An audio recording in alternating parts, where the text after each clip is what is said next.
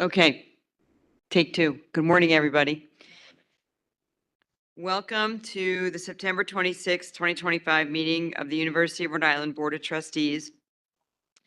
The meeting is being held in person at the Higgins Welcome Center with some board members participating remotely. At this time, I'll ask Board Secretary Michelle Carreri to conduct a roll call attendance to determine if a quorum is present. Please clearly respond present via WebEx or present in person when your name is called. Margot Cook, Present in person. Armin Sabatoni, Present in person. Maria Ducharme, Michael Fascitelli, Charles Fogarty, Joseph Formicola, In person. Monica Garns, Present via WebEx. Neil Kerwin, Present via WebEx. Matthew Lenz, Robbie Luna, Present via WebEx. David Materano,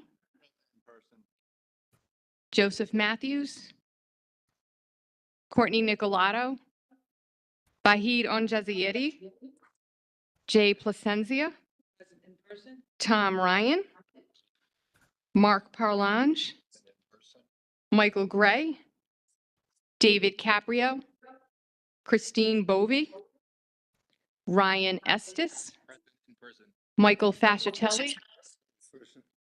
We have a quorum. Well done, Michelle.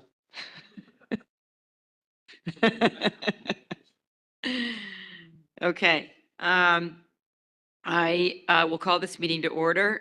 A reminder to all members, for the benefit of our public audience, the note taker, please clearly identify yourself whenever you comment, make a motion or a second to a motion. Please clearly state yes, no, or abstain for all action items.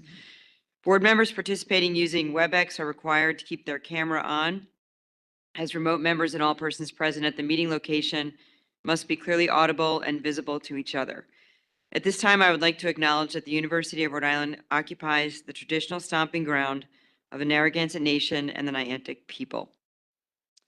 Are there any proposed amendments to the published agenda?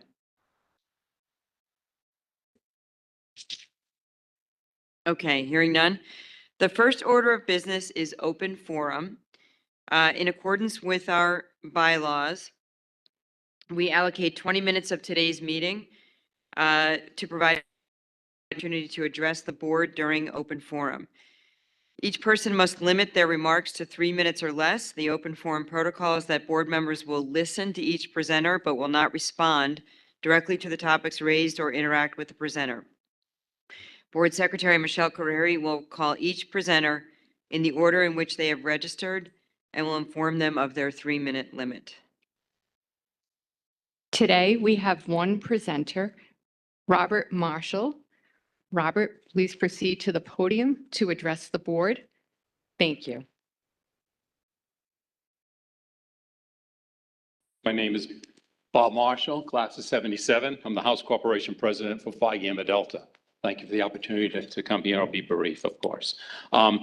Yesterday, we found out, and I was surprised that the comprehensive campus plan has our chapter house targeted to be demolished and moving us to the circle. Not to say anything, but shocked that that was done. First that we heard was yesterday. One of our members just happened to click on the board meeting and saw the proposed agenda and clicked on a few things. Kind of shocked that we didn't know a little bit of this ahead of time. I know this is a long-term plan, but I just wanted to come to the board and at least let you know that some people aren't happy. Our chapter has done very well over the years, graduated about 1,400 graduates. They've been successful. They've participated in a lot of aspects of the university and helped out in a lot of areas. We'd just like to let the board know about this thing that's happening.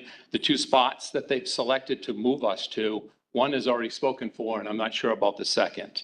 I understand that the university has to do things and plan things, but this is one thing where there's a lot of graduates that have a dear affinity for our chapter house in the university.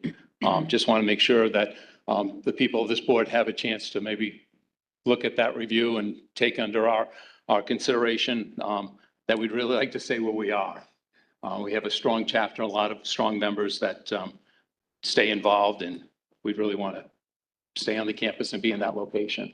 That's what I need to say right now. Appreciate the time. Thank you. Thank you. Appreciate those comments. And for the board's sake, we will go through the comprehensive plan today so we can understand the context of the feedback. Okay, are there any other? Okay, excellent. Thank you. Okay, so the next order of business is the chair report. And so I had two items to talk about. One is to just bring us up to speed on some events that I've been able to participate in the context of some of the topics that we're going to talk about today. The first is, so the president holds a council, has a council, and it's the senior members of his administration and also a number of faculty members. And I attended a meeting a couple of weeks ago, and the discussion I thought was really good, really rich. We talked about a couple of things. One is around fundraising. So Mark Antonucci, who is here, did a really good presentation on how he's helping faculty and professors to think about fundraising. And Mark's done a lot of training for faculty on this in the past, and he's bringing his practices here. And I thought the response from the room was really good. And as Mark will talk about, and as we've talked about in the past, we have to think differently about how we're fundraising and who we're fundraising to, especially in this environment. So I thought that was a really good discussion. It was good for me to see sort of how that interaction between the foundation and really coming together. So it was a really good discussion. The second that topic that I thought was really good was around, and we'll talk about this here today as well, is around how the university is thinking about corporate partnerships. And so recently, Sandra Cano came on board. She's hit the ground running, and Pete Rumsey are working together. And it's this concept that we've talked about where Sandra is sort of the outside-in person, where her job, especially with her experience of being in the community, a small business advocate, as a state senator, is able to really bring the university to a number of companies and really partner with the state and partner with the university to make sure that we're building our presence with industry.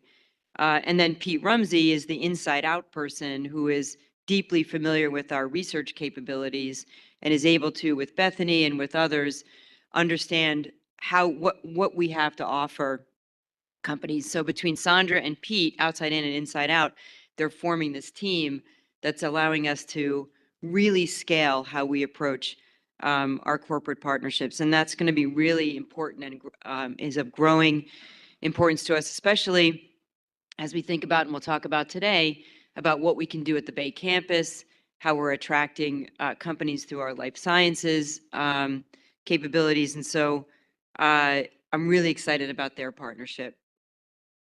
Last week I went to a meeting that was sponsored by Commerce, where and there's a guy named Bruce Katz who was really influential in the state. He's a good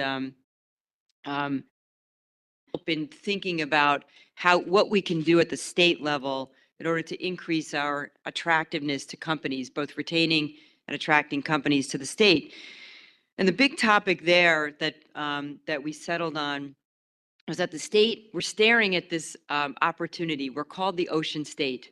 And we've been talking a lot about how we can really capitalize on that. We do a ton at the university around that, obviously. But the thing that is gaining momentum, and we'll talk more about today, is that the Narragansett Bay campus has huge opportunity for us. If you think about, we've got 200 plus acres that, you look at the comprehensive plan and it's stunning. The the position and the location of that land. And I think somebody like Mike Fascitelli would tell you that there's not too many places in the country where you have access to the bay, where you have undeveloped land, and that is a huge asset for the university. And so, as as Mark will talk about, it's gaining momentum for us in terms of how we think about where our priorities should be. We're realizing that from what the state wants to do, particularly in maritime defense, what the university has to offer, there is a huge opportunity that's sort of staring at us in the face. And so we're going to talk more about that today. But the importance of this meeting with Commerce is that the state is very much behind us leading around this effort. And so I think it's incumbent on us to recognize what that opportunity could be and then figure out how we act upon that. And so Mark's going to talk about that today. And then yesterday, I attended the URI Foundation meeting, and for Mike and Tom, it was like a little bit of old home week where we spent a number of years on that board. Sandy Perillo is now the chair of that board. She was the co-chair with me on finding Mark Antonucci, and I think she is really reinvigorating the URI Foundation board, and also is completely aligned with the foundation and the university working very, very closely together. And in that spirit, they voted yesterday to change the name from the URI Foundation and Alumni Engagement, which Tom knows that intimately, how that came about. And that was the alumni organization being merged into the foundation.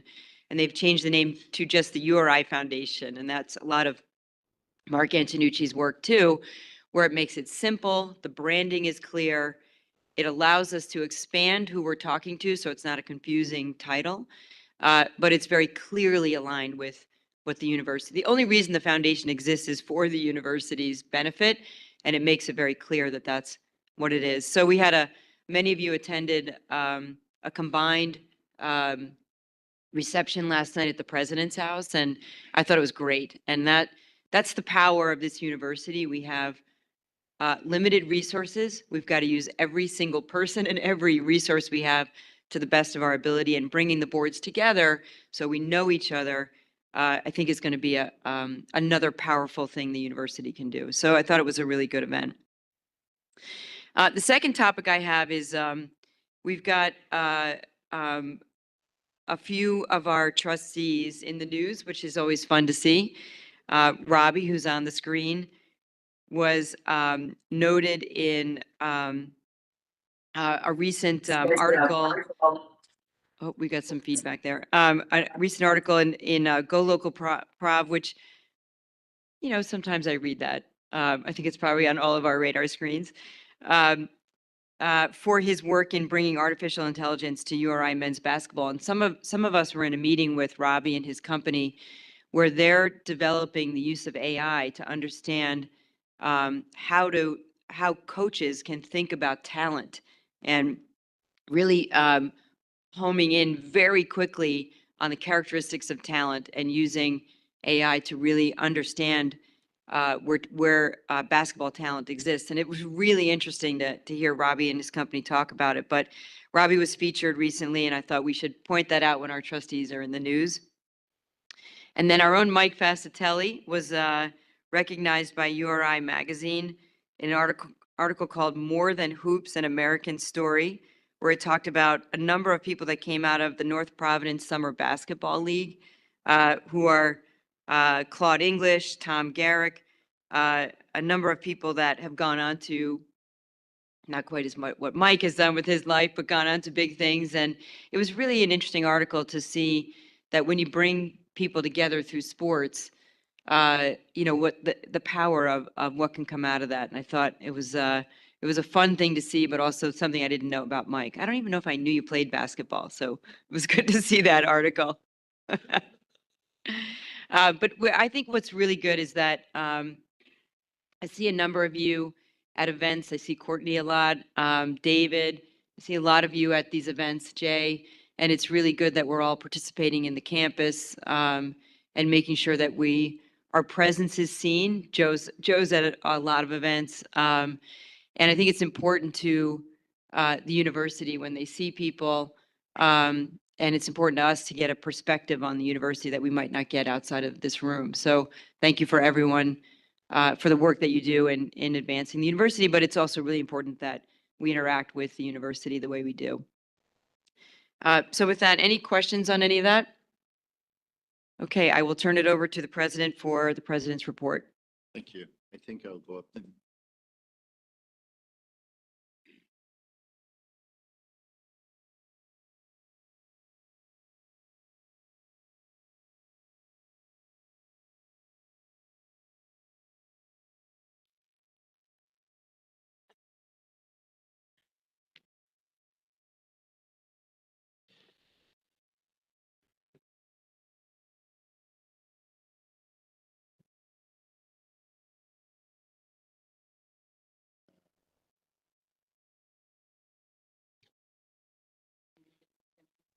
Very good.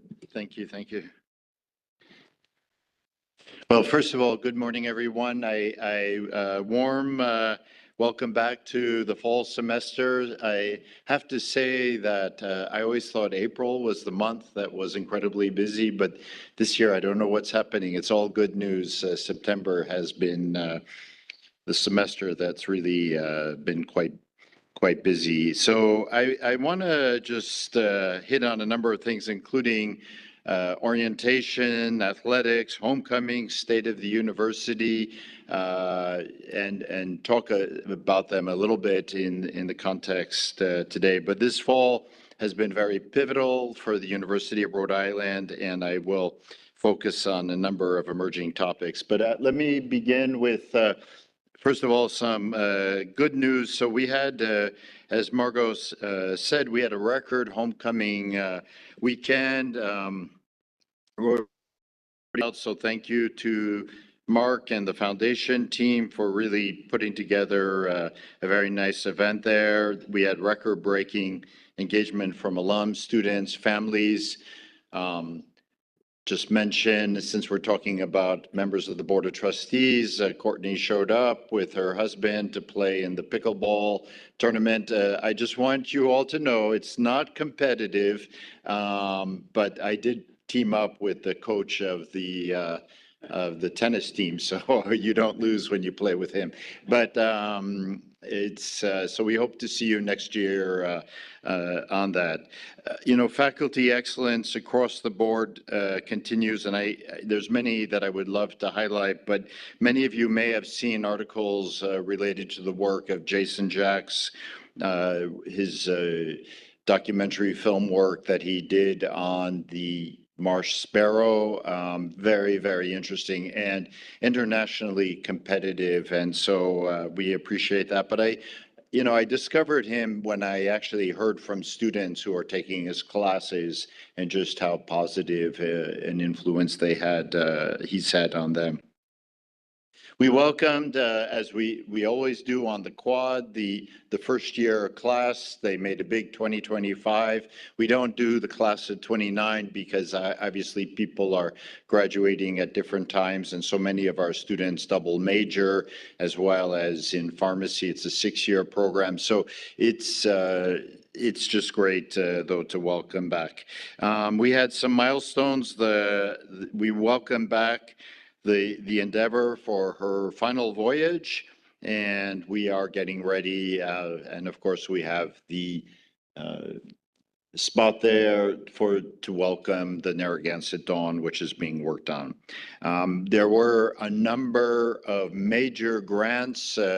Bethany Jenkins, our VP for Research, can talk more about these, but this was a very nice NIH award that advanced cutting-edge biomedical research, really trains the next generation of PhD science in biomedical research, broadly defined. What was nice was it included colleagues not only from the College of Health Sciences, but also colleagues from College of Engineering, Pharmacy, and so forth. And then on the bottom right, it was nice to have the GPCC luncheon, and it was nice to join Chairman Jerome Powell at this luncheon and, spotlighting the importance of the American research universities and of course the University of Rhode Island. And I think I'm making a very important point there. So I don't know what it was, but he seemed a little concerned. A little bit about, and this was also Margot hit about fundraising to date. So first of all, one thing I've really appreciated about Mark and team is that they've lifted the goal. So we've increased the goal. And I think these slides are probably out of date, Mark. Is that, yeah, okay. But we have strong momentum is the bottom line. And we're seeing very strong donor confidence and continued enthusiasm. Cells, Mark thought that he would be gentle on the brand new college dean, but Gene has already exceeded the goal, and arts and sciences and athletics are off to strong starts. And pharmacy, nursing, they're building steadily. So, some colleges are obviously just beginning their campaigns, which is expected at this stage of the game. And advancement teams are working with the provost team and all the college deans to really partner. I mentioned again, so this was the official registration for the Rhodeyville Block Party. It was really attractive, I would say, to graduates of the last 25 years. We had a lot of people just walking in, and this is something that we will build on in the coming years. Grateful to the sponsorship of Washington Trust. We generated more than 13,000 in registration and sponsorship and additional gifts as people came in. So a big thanks to the foundation for their work on this weekend. A little bit of an update about capital projects. So if you get a chance, go to the Bay campus. You will see that the Ocean Robotics Laboratory construction began in March of 24. It's scheduled to be completed this coming spring. And so that is incredibly exciting. It's part of also an attraction. It's not only the laboratories, of course, we have fantastic colleagues that will be working there from College of Engineering, from the Graduate School of Oceanography. And we see partnerships with companies being very important. The Fine Arts Center, as you all can see as you drive just up here, is well underway. And I hope to be able to welcome all Rhode Islanders to events there. Our theater, our music. This year we're having our 10th annual Guitar and Mandolin Festival. So please join. And in the visual arts, it's a big deal. Undergraduate housing is anticipated for the fall of 25 to begin, and we're hoping to open for students in the fall of 27. And then finally, the track facility, track and field. It's a huge construction site, and we will have an official groundbreaking, even though they've broken a lot of ground if you go out there.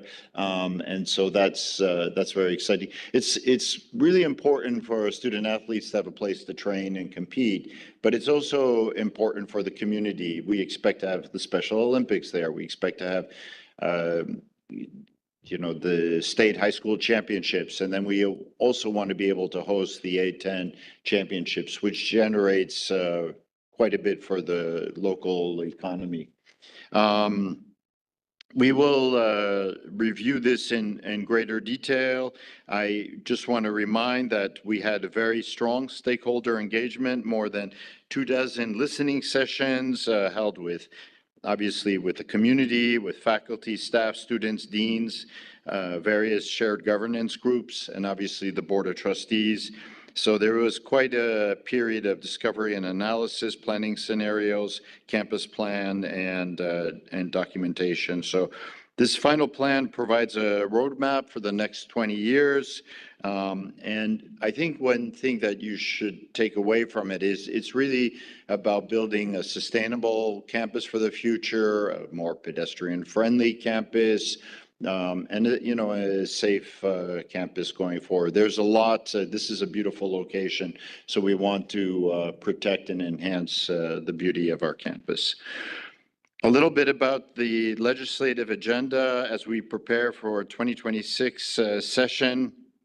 So obviously securing the budget that supports the university's momentum and our students is incredibly important. We will be hearing more from Abby shortly. And then, of course, we hope that the Board of Trustees enhancement legislation will be submitted with, it continues efforts for strong governance and alignment with best practice.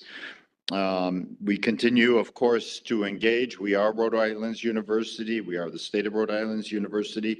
So we were pleased to host Senate President Lawson on the Narragansett Bay campus, an opportunity to really showcase URI's role in the blue economy and leadership. So a couple, some upcoming activities. The university will participate in the Senate Medical School Commission public hearing on October 9th. That starts at 5 p.m. And it's a chance for public comment about the needs around public health, or around primary care, and about the idea of starting a public medical school at the University of Rhode Island. October 15th, URI, we will join the South County Ad Hoc Housing Coalition Public Forum. So we are part of, obviously, the regional housing conversation. And then, as I had mentioned earlier, but I wanted to give you the date, October 16th, I hope to see you for the outdoor track groundbreaking that will happen that morning. And we will have a chance to, do we have the time, actually? 9 a.m. Okay, thank you. I want to touch on enrollment, and I really want to begin by thanking our AVP, Dean Labudi, and his team for doing a magnificent job. But more broadly, I want to thank the entire university community. Dean will be the first to tell you this is a full-on team sport, and the students, the faculty, the staff who participated, so important. We're grateful to the alums who spoke. So just some numbers in terms of applications. So year on year, remember that there are fewer than 20% of the universities in the U.S. that see increasing applications each year. So last year we had some 27,000. Now we have some 28,000 applications. We had a target, you see there, 3,385. Obviously, October 15th is the date at which we actually set things, but you can see where we are in terms of first year enrolled.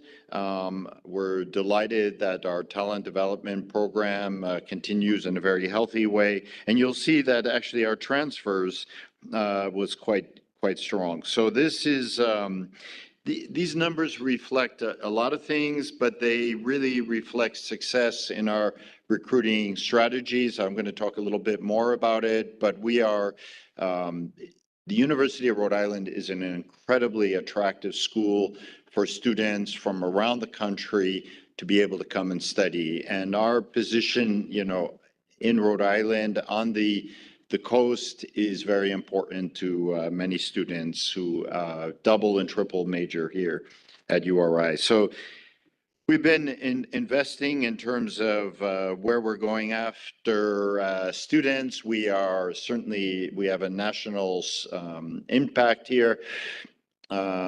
You know, for some 8-9 years now, we've been on the so-called demographic cliff of the Northeast.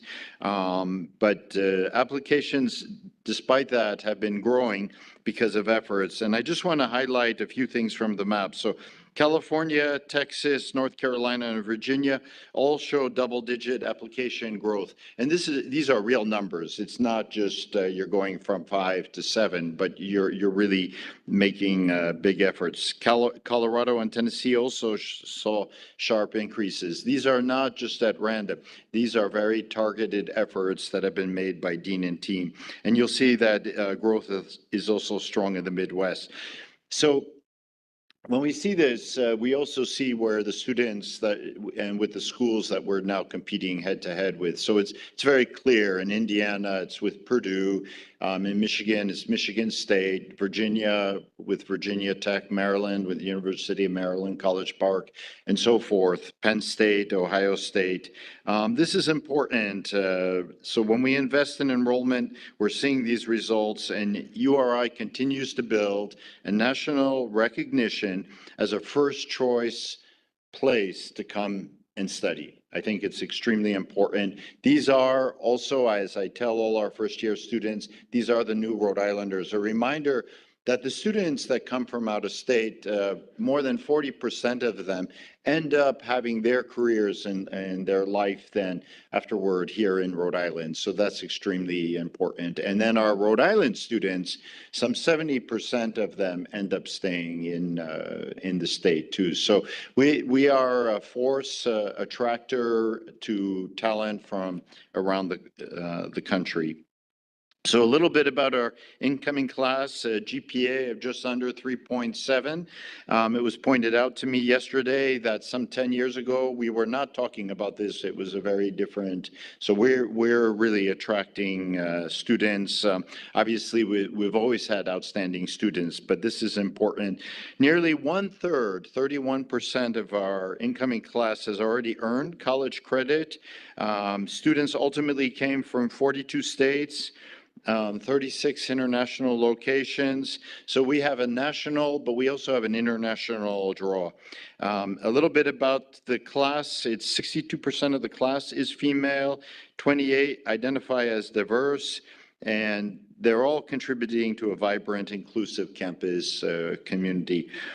I also want to note that 24% are Pell eligible and 30% are first-generation college students. So we are an important university for opportunity, for access, for changing lives of students, but also changing lives of families as we really set this effort forward. I want to talk about some new cohorts. This fall, we welcome 37 new Ryan, Verrecchia, and Schilling scholars to URI. These students come from 16 states. They represent 30 majors across 7 different colleges. And it's really a testament to the breadth and the impact that these scholarships are having. They create, these students in many, many ways become a community of leaders. They provide mentorship, research, career pathways, and other students feel their presence. So I want to say they attract some of the very best students possible nationally to come here. They have options. They can go to the Ivy League and so forth, but they see that the University of Rhode Island offers them truly outstanding opportunities in education. So future leaders in their field, and we're delighted to welcome them all. This was a historic year. This fall, we welcomed really the first class of the Helen Schilling and Francis Schilling Scholars. This is a landmark in our scholarship program. Just this particular group, we had 26 students from 13 states, 19 majors across 6 colleges. And the impact of this gift is going to be felt. It's going to propagate next year. We'll admit a similar size class. The target was 25, Dean. You were a little ambitious and you went one over, but it's all good. And we will then have a cohort of 100 who will move through. So it was really nice to welcome them. And Paul Schilling and Jay in the back were delighted to be part of a welcome. A little bit about, so you will have a comprehensive update from our Vice President for Administration and Finance, Abby Benson, about our 27 budget requests later. But I just wanted to update a few things about the budget model status. So we remain on schedule for a new budget model to go live in July 1 of next year. This year really serves as our transition year.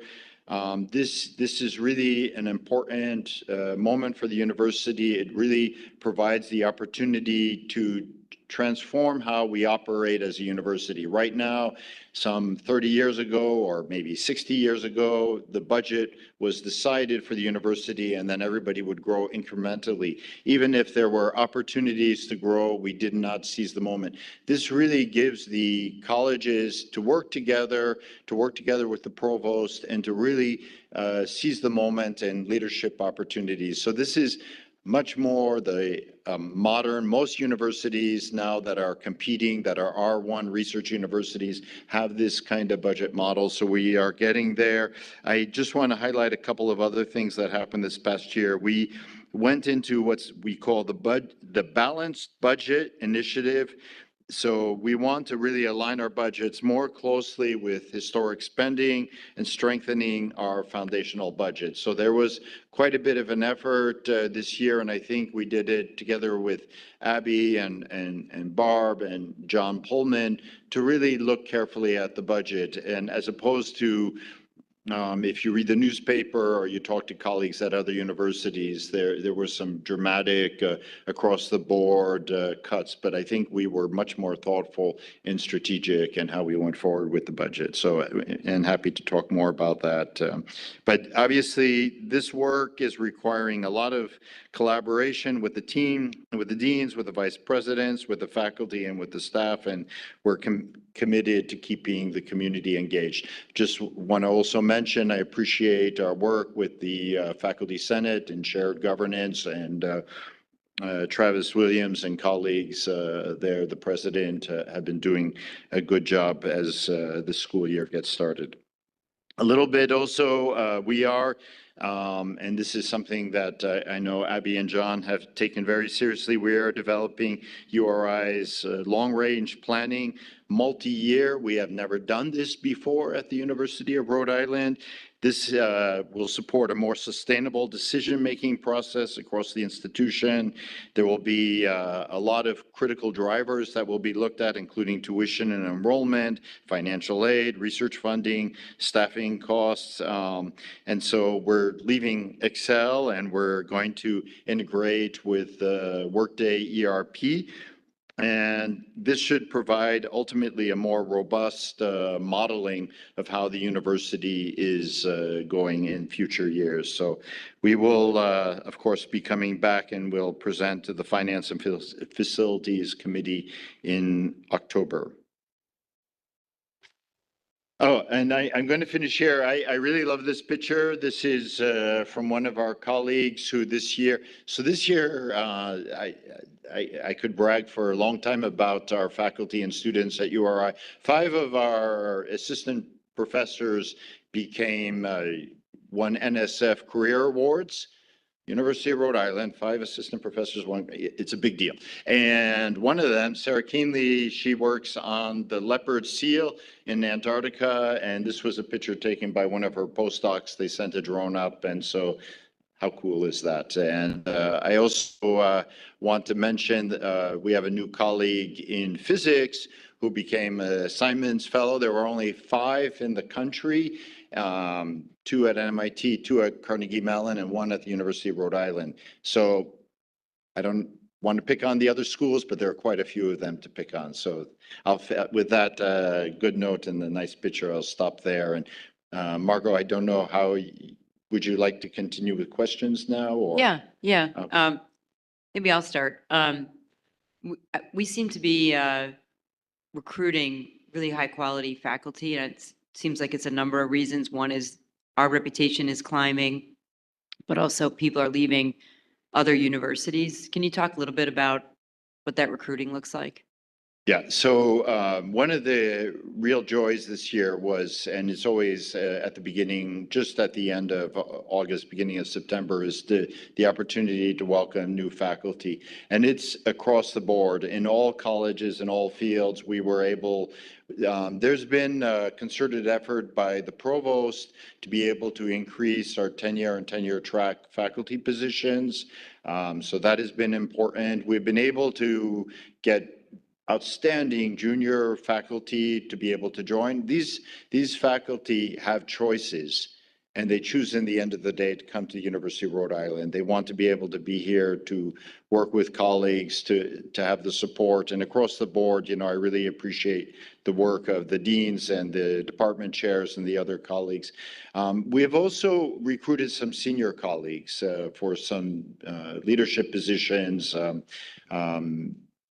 I think of the Department of Psychology and so forth, where we were able to get outstanding people who have been at actually the top ranked programs in the United States, and they're actually choosing to come and build here because they see that, just the importance that this holds for the University of Rhode Island. So last year was really great. The year before was really awesome.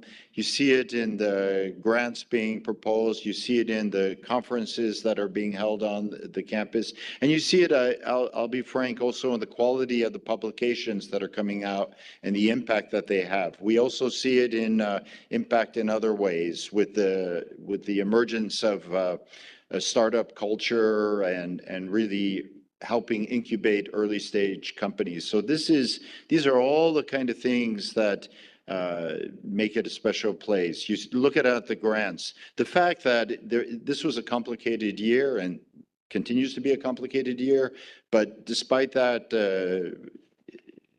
Bethany can tell you that year on year we continue to see increase in our research grants. So that's also part of it. It's tough. It's competitive, but we can compete, and that's what I really feel good about. That's fundamental to the health of the university, is the quality of the faculty you can recruit. Tom? Hey, Mark, I was surprised to hear that 30% of our graduates remain in the state. Do we have some data that talks about, one, where they're going, and two, what were their majors? It would be good to have that when we talk to the state. So of Rhode Islanders, it's 70% originally from, and then it's 40 for out of state. Dean, could you help me here to answer that question in terms of majors? I mean, I know it's across, well, I know the example that Dean is going to give. He's going to talk about his daughter who teamed up with 4 fellow students in nursing, and the other 4 were from out of state, and yet today all 5 of them are here in Rhode Island. So I think it's across the fields. Dean? Yeah, it is across the fields, Tom, and I can send out to everyone. Meredith Armstrong, our new director of the Career Center, has a really great data set that we can share that actually shows you the results of our student employment data, where they're from and what their majors are. And so maybe a better way to answer that would be to share out a more comprehensive link so you can kind of go through the dashboards. But it is across industries, which is terrific. And as I mentioned to Mark, it's really neat to see my own anecdotal story of bringing nurses to Rhode Island and having them being nurses in Rhode Island. So we do have that new data. We have a great new staff member that's really working with IR to bring in some terrific stuff. That'd be good to see. Absolutely. Happy to share. Take it, Yeah. stay in. Absolutely. So the quick question before you. Yeah. So it's not 30, it's 40% of the out of state that stay. So it's 60% leave, basically. I So do- do you have any, sorry, but is there any like trend data across the board from other universities? What percentage of out of state is typically stay? Is that a norm, 40%? You know, It's a pretty good number. Half the people stay. It is a great number. And the other thing I want to say is one of the challenges we have is we want to say we want them to stay in Rhode Island.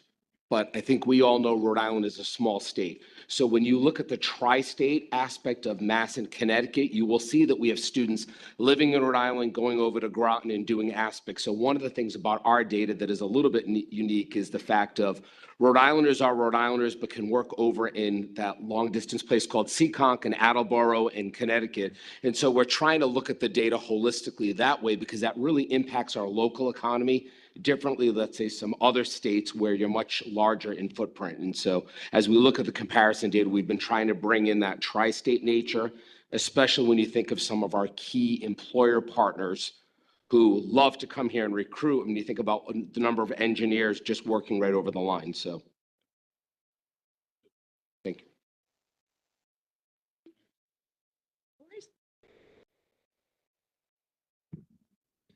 you. Any other comments, feedback, questions? Mark, this came up yesterday too. The 62% of the incoming class is female, which obviously I think is fantastic, but it does bring up the sort of sociological question of like, what's going on there? And are there things we could be doing to balance that out, to recruit young men? Yeah, so there's a lot I know that's not written about isolated to this URI. and a lot being studied. I will say that our College of Education, which is tremendous, it seems that, where we let boys down starts with kindergarten, first, second grade. So I think that there are, remember that our students are in every school district in the state. And so there's opportunities, at least locally, to really work on that in Rhode Island. But I think it's a bigger national these numbers are not just the University of Rhode Island numbers. They are every single public research university in the US are seeing exactly the same kind of numbers. Yeah. Obviously with some variation, but Okay, thank you. thank you. Okay, so the next order of business is executive session. May I have a motion that the board convene into executive session pursuant to RIGL 4246 5A1 for discussion of the president's performance goals for the upcoming year, where President Parlange has been notified that the discussion of performance goals will be held in executive session and will participate in the discussion. RIGL 4246 5A2 for discussion regarding potential litigation matters, 4246 5A7 for discussion of the Trip Umbach report and research support from partner organizations, 4246 5A5 and 7 for discussion of new university housing as referenced in the posted agenda. May I have a motion on that? Second. Thank you. Any discussion? I'd ask for a voice vote. All in favor, please say yes. Yes. Yes. Any opposed? Any abstentions? Okay, the motion carries. So we're going to convene into executive session. It's probably going to be about 2 hours. We're going to pause the live stream during executive session, and then we'll resume it once it has ended and the board reconvenes into open session. For all those participating via WebEx, please confirm by saying yes that no other person is present or able to hear the executive session discussion in your remote location. Yes. Yes. Thank you. I saw that affirmation. Thanks, Monica. Okay, if you do not automatically move into the breakout session, join the session when prompted on your computer screen by clicking the Join Now button.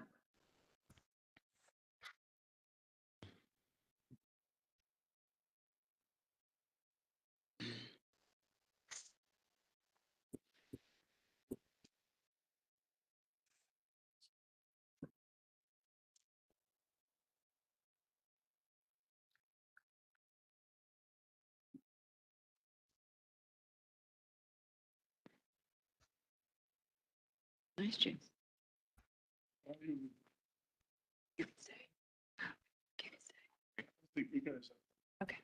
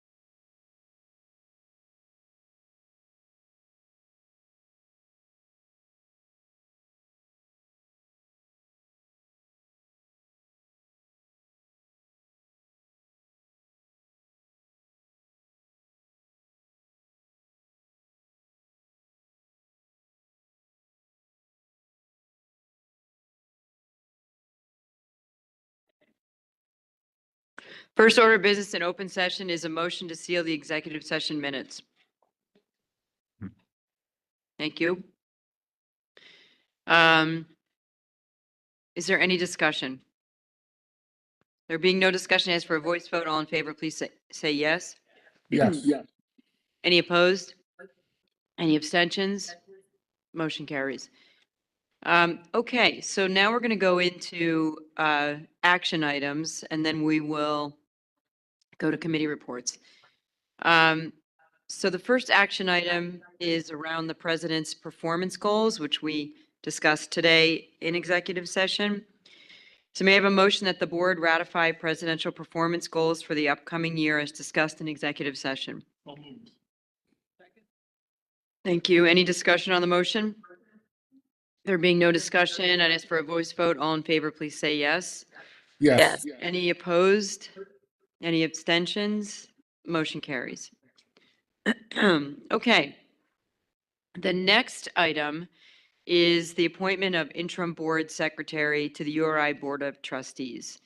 So in our bylaws, we have a section on the responsibilities and the duties of the secretary. And what our bylaws say is that the university president makes a recommendation to the board on who the secretary is. So we're going to do that. But before we do that, I want to take a couple minutes and talk about our current board secretary. So, Michelle, where do we even start? Michelle's already shedding a tear in the parking lot this morning, so I don't know what's going to happen as we all give you amazing accolades.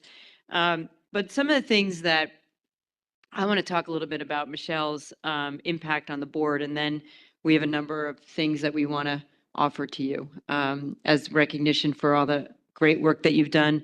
And I'm going to ask all of you to say a word or two about how Michelle has impacted you. So for me, I actually went back and looked at the emails and texts that I've been getting from Michelle since like February 2020. And there's like thousands of them. Everything from how do we write the bylaws to how do we structure the board at the beginning in 2020? How do we structure our meetings during COVID? How do we come out of COVID, our first live meeting together, to the simple things that made our lives so easy to be on this board. Like this morning at 6:14, I get a text from Michelle on where to park. I'm like, I know where to park, but thank you for, yeah, which is amazing. It's amazing. Right. Right. How to dress, what the temperature in the room is going to be.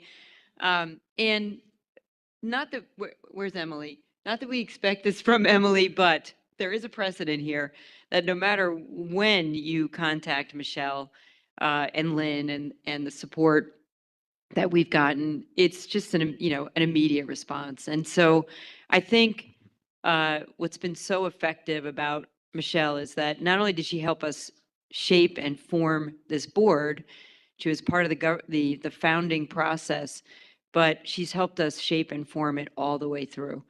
And I think there's nothing better for a career to go out on a high. And you, my friend, are going out on a high. So thank you for everything you've done.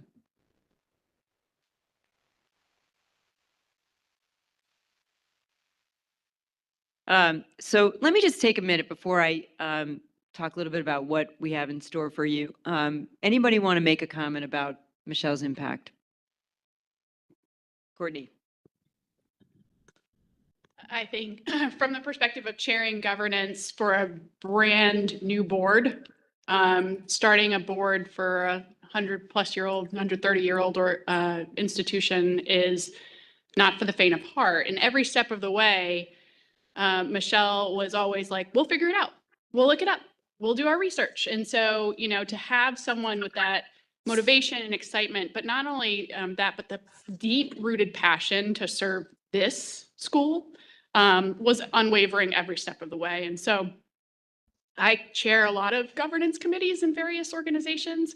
And by far, I think we have set the standard and set the bar. And it's because of you and your leadership and your commitment to always looking at URI being the gold standard is something I know I'm taking with me. And I'm really grateful for you and your partnership. I've known you for 20 plus years, but it's been an absolute joy to get to do this work with you. So thank you. It's Robbie here. Charlie. Oh, sorry. Michelle, what can I say? What a pleasure to work with you since this board was created. You really represent the best of this university and the incredible people that work here and for our state. You're talented, you're smart, you've got a great sense of humor, and you're very tolerant with board members who sometimes fall behind on their deadlines. You've kept me out of trouble more times than I can tell you, and I don't know what I'm going to do without you. Emily, I hope that she's left my file for you so that you can keep on top of that. But I just wish you all the best. And I know that we'll continue to stay in contact, and I know that you're going to continue to support this great university. But again, what a pleasure it was, and how fortunate we are as a board to have had you as our first executive secretary assistant and also our friend. Thank you. Congratulations. You've been here over 35 years. When you think of that, that's such a rare quality today, that someone's at the same institution for all that time. That tells us all what a great work ethic you've had, your commitment to the university, not only the leadership, the board, but the student body and all you've accomplished. As Margot said, you were part of the inaugural board here. I know for one, I had a million questions, but you answered every one for me. A little confused sometimes. Paul, you took care of it. I want to thank you also, myself, for all that you've done. And you're going to be very proud of what you've accomplished there. Have a great retirement. You earned it. Well done. Thank you. If Neil. I could say a few words. Okay, I'm going to go Neil, Monica, then Vahid and Matt. Neil, go ahead. Neil, you're on mute. Michelle, yeah, we've been involved. We've been talking about this board since before there was a board. And I was lucky to be involved in some of the early work and on the bylaws, and then ultimately got named to the board myself. And I still needed a great deal of help getting oriented, and you were always there to do it. Margot mentioned the immediacy of response. I'm still astonished. I mean, I think in a couple of cases, I got a response from you before I even asked the question. And, that's an invaluable commodity. So like all of my colleagues on the board, we're going to miss you terribly. But you've earned every good thing in retirement. Monica. Hi, Michelle. So congratulations. Just been a pleasure to work with you. And, being sometimes 3 hours apart or 2 hours apart, you've always made me feel like I was right there in Rhode Island with you side by side.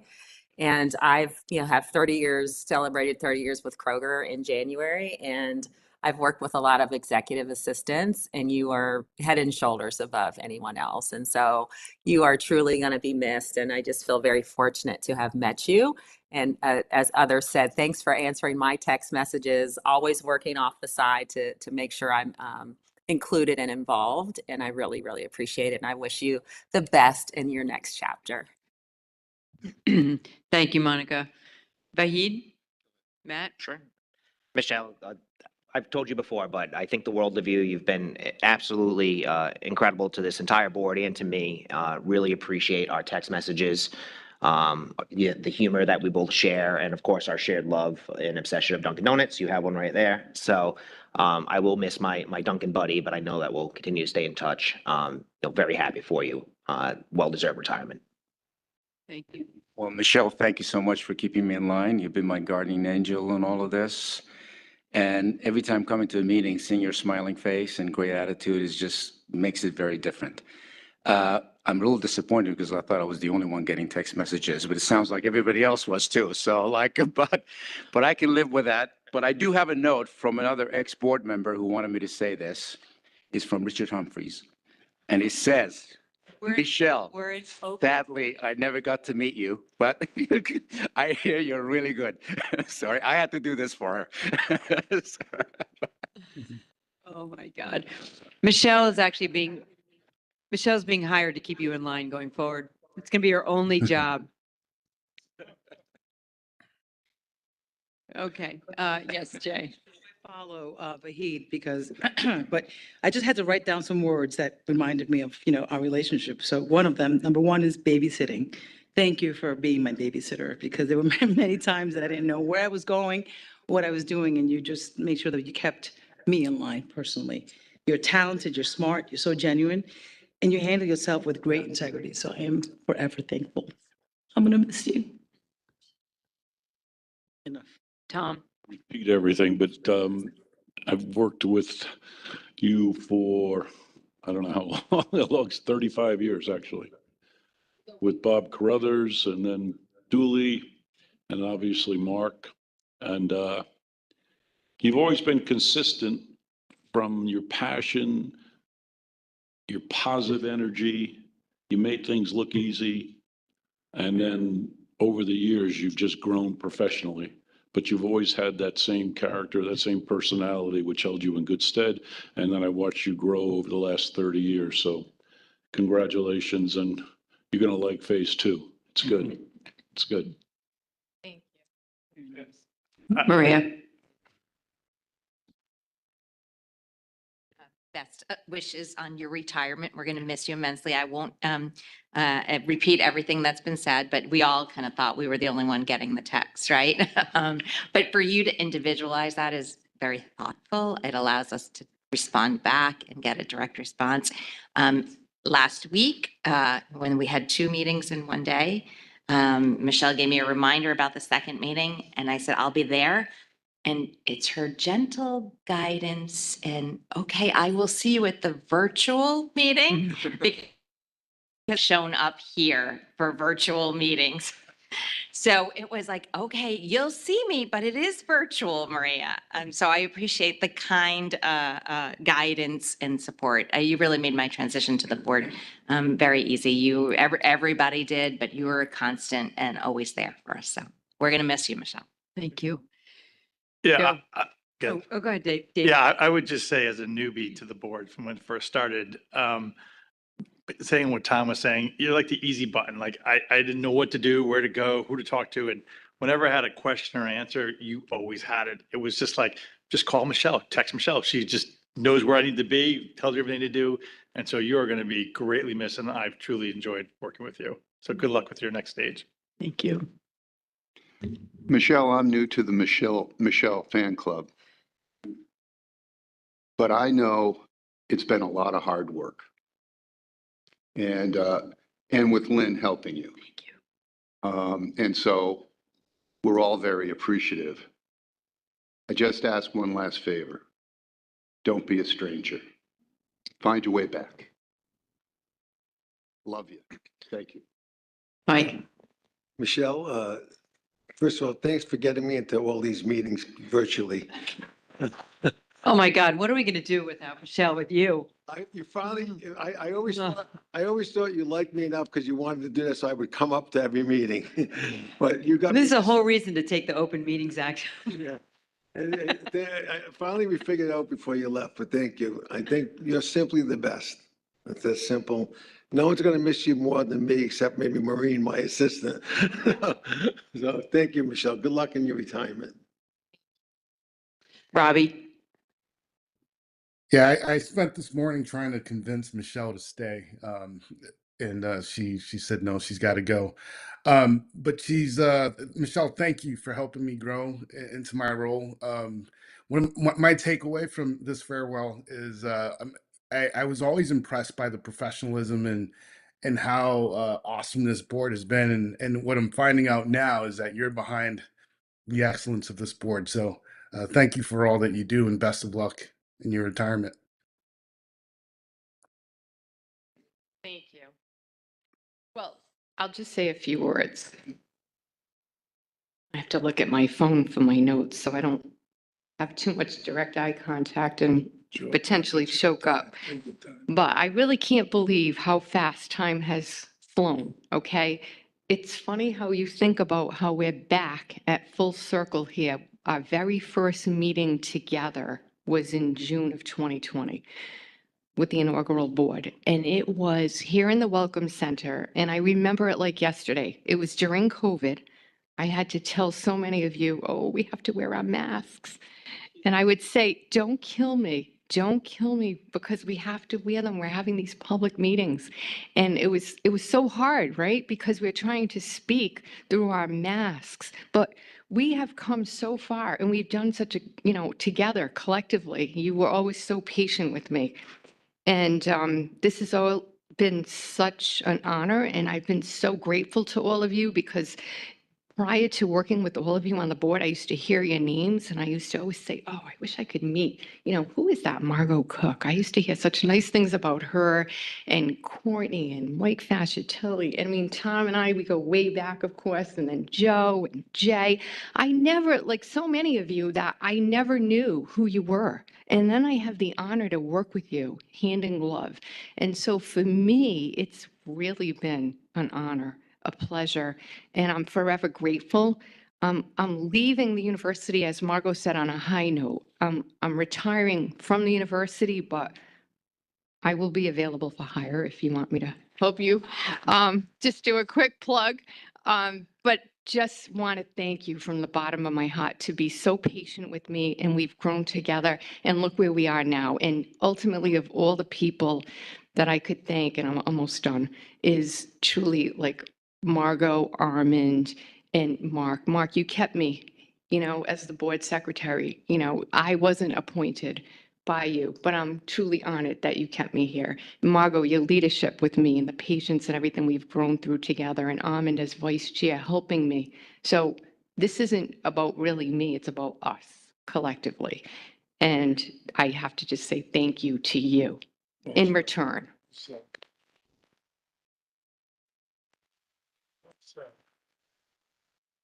So Michelle, two things for you, or three.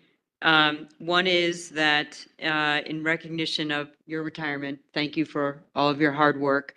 We are going to put a brick out on the quad with your name as founding secretary of the board. So that will be going in at some point. The second thing is we have a similar proclamation, which you started this process for retiring board members. And this is what the proclamation says.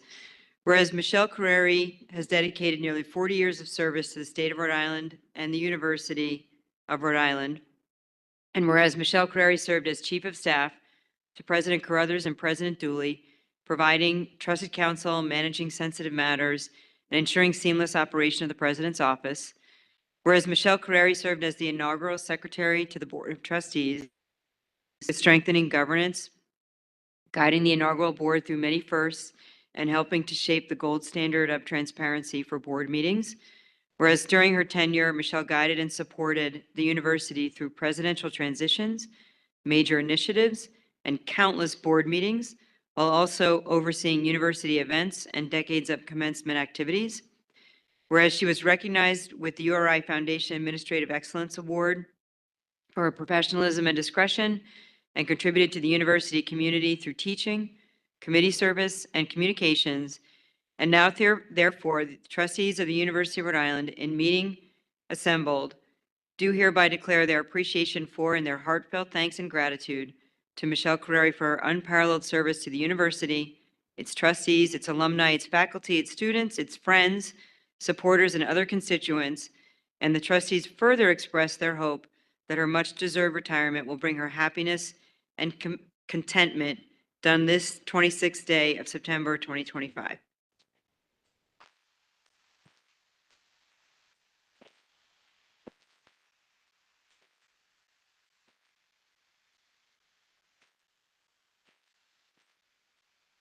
And then the last thing is your name is going up on the plaque with all of the other retiring Board of Trustees. Your name will be on there. Courtney has I'm so honored. flowers for you and a card from the Oh my board. goodness. Oh my goodness. This is what, listen, I don't expect anything. I am so touched though with all that you're doing. Honestly, I promised myself I wouldn't cry. Can you But believe we thank pulled this you. off? I don't know without how you did all this because I'm the one usually planning surprises. So I don't know how you did this, but thank you, thank you, thank you. I will never forget any of you. Please keep in touch with me. It's been a true, true pleasure. Really, I have funny, funny memories with all of you, and I'll forever cherish everything about everyone here. Thank you again. Thank you. Very close.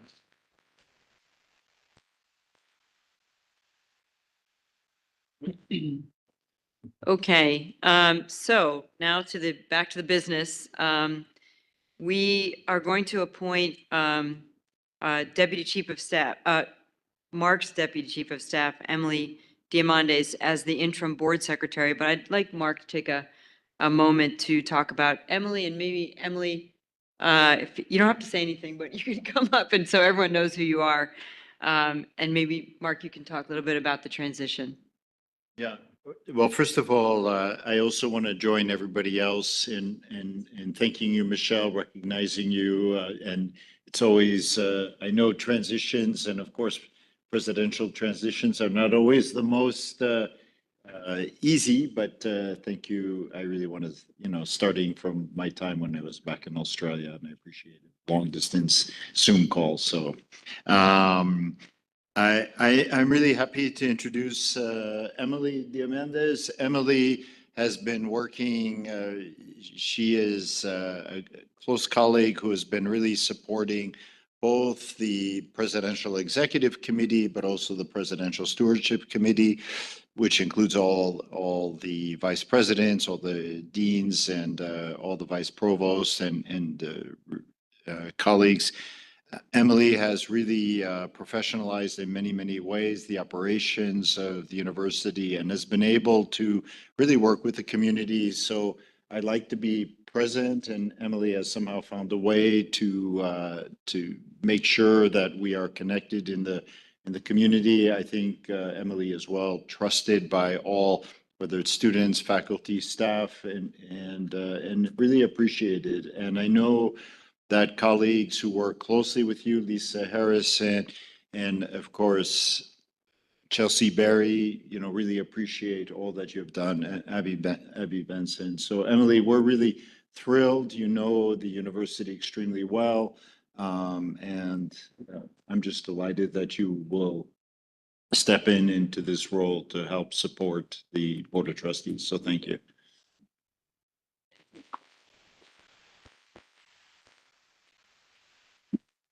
Okay, so may I have a motion that the board appoint Deputy Chief of Staff to the President, Emily Diamondes, as the interim board secretary to the University of Rhode Island Board of Trustees? David Monterano, so moved. Thank you. Any discussion? There being no discussion, all those in favor, please say yes. Yes. Any opposed? Abstentions? Motion carries. Thank you. Thank you for your kind words, and we are going to miss you. Okay, let's go to item C, which is Becky Hill.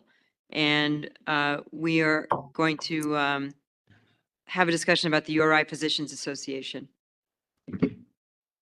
Where is Becky? Right here. Oh, here we go. Maybe Do you want to go? Is there an open mic? Yeah.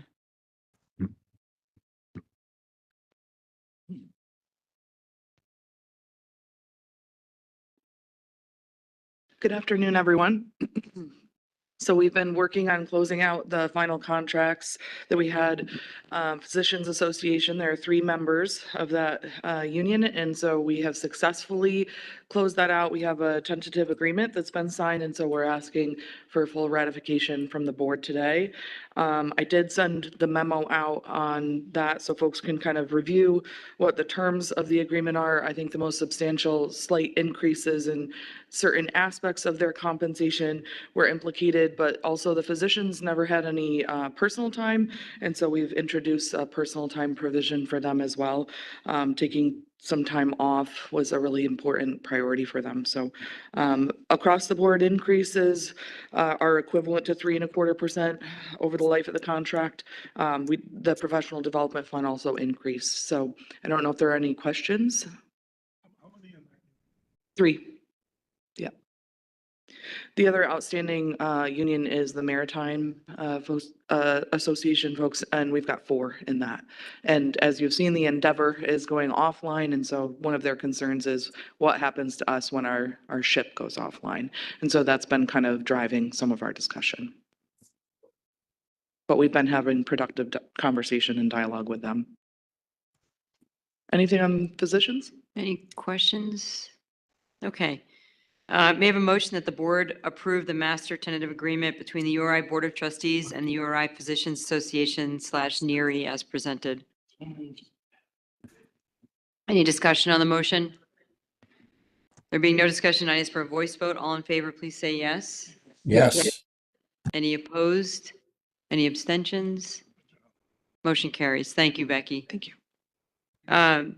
Okay, item D is also Becky. Okay, so, and this is a particularly sensitive one, tuition waiver for Melanie Louder. Yeah, so I'll just be brief in this. We did have a student whose parent was a longtime university employee and due to a medical diagnosis was forced to take early retirement. And so the student is a junior here. We've covered her with additional financial aid for this semester, and after discussion with the president and others, wanted to extend for her final year at URI the opportunity to continue to be covered under the tuition waiver. Okay, may I have a motion that the board approve extending a tuition waiver for current student Melanie Louder for academic year 2025 through 26 and 26 through 27 as presented? Any discussion? There being no discussion, ask for a voice vote. All in favor, please say yes. Yes. Any opposed? Any abstentions? Motion carries. Thank you. And thank you for bringing that to us. Okay, the next item is agenda item 7, which is the reports of the committee chairs.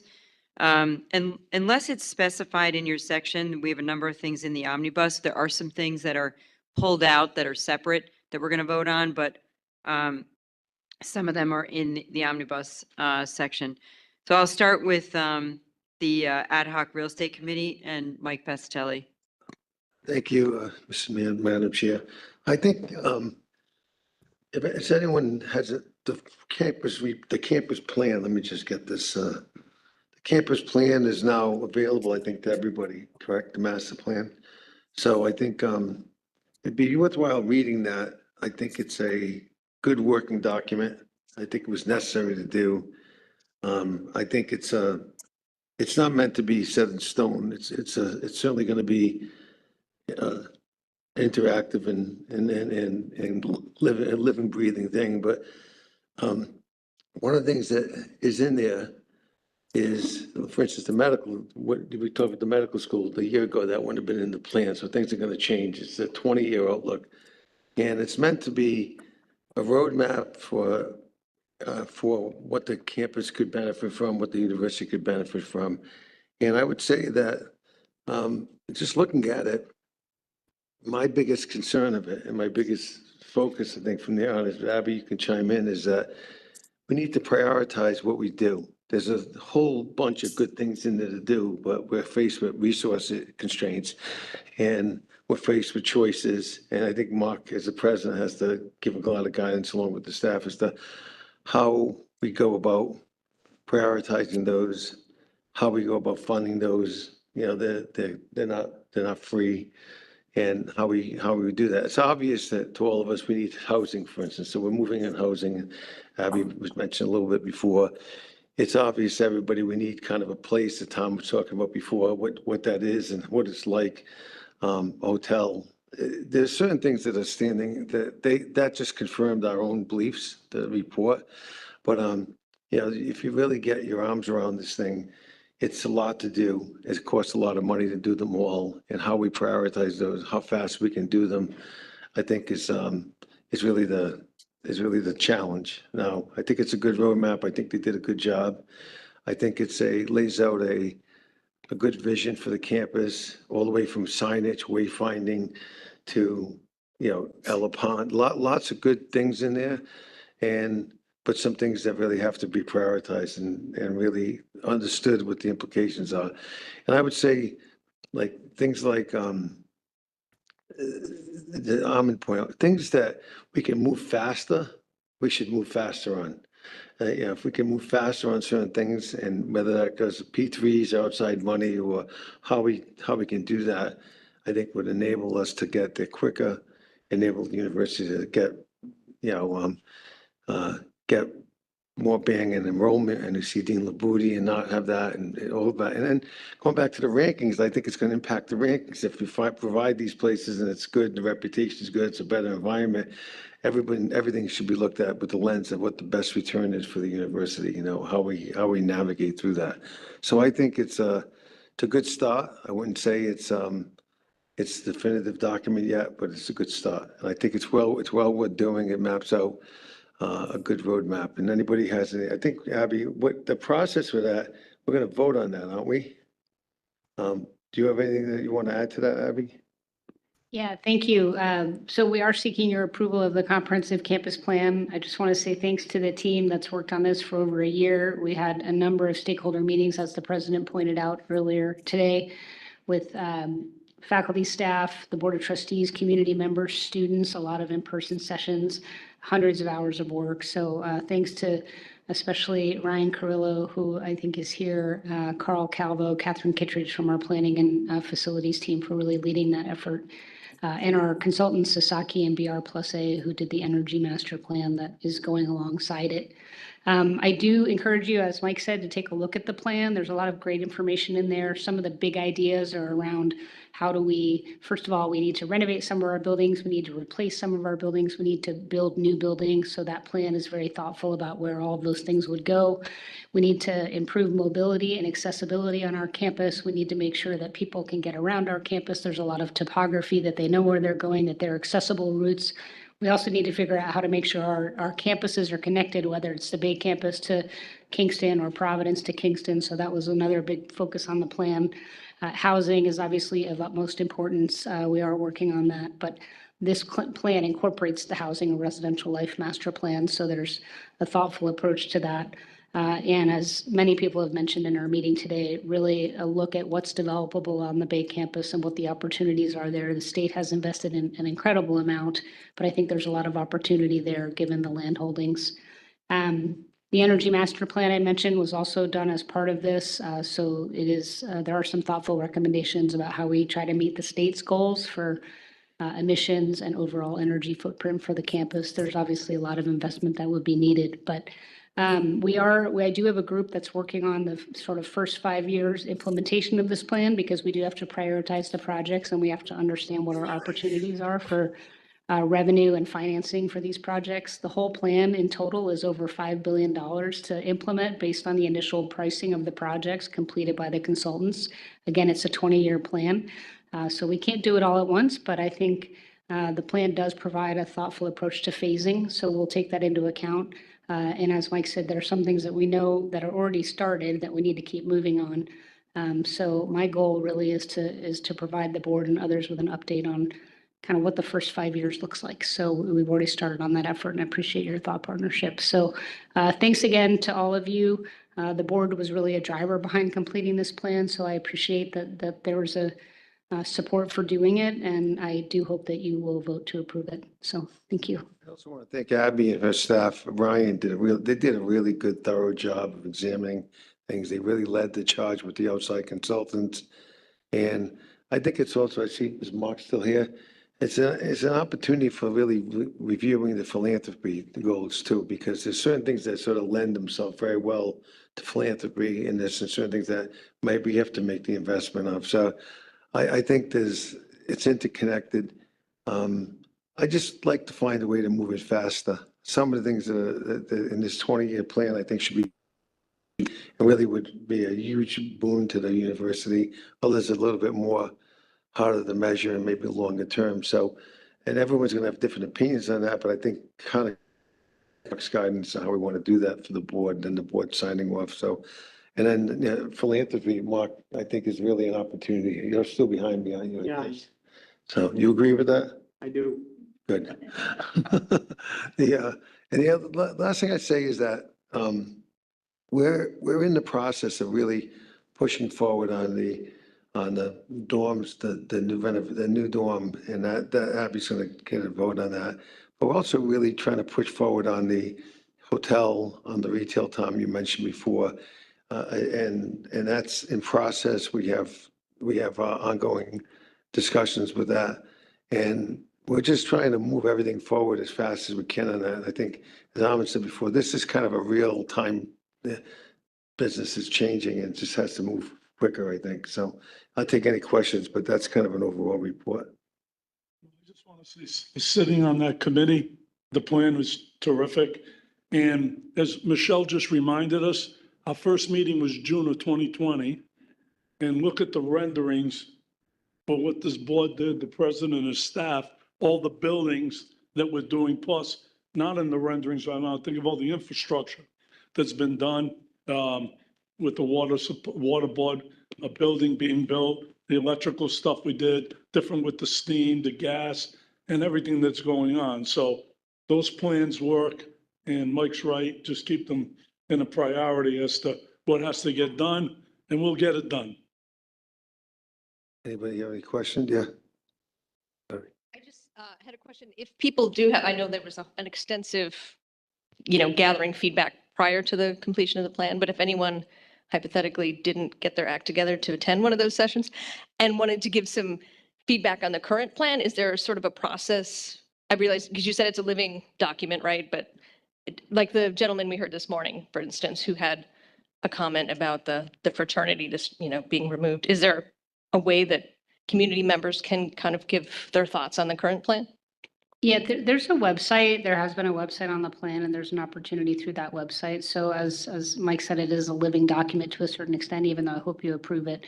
And we did already have a follow-up conversation based on our community member this morning, and I'm sure there will be others, especially as we're thinking about how we prioritize things. So I would say the website is a good place to go and submit, but of course, anyone can always reach out to myself or the planning department directly to give feedback. I do want to thank you, Armin, for your comments about the infrastructure.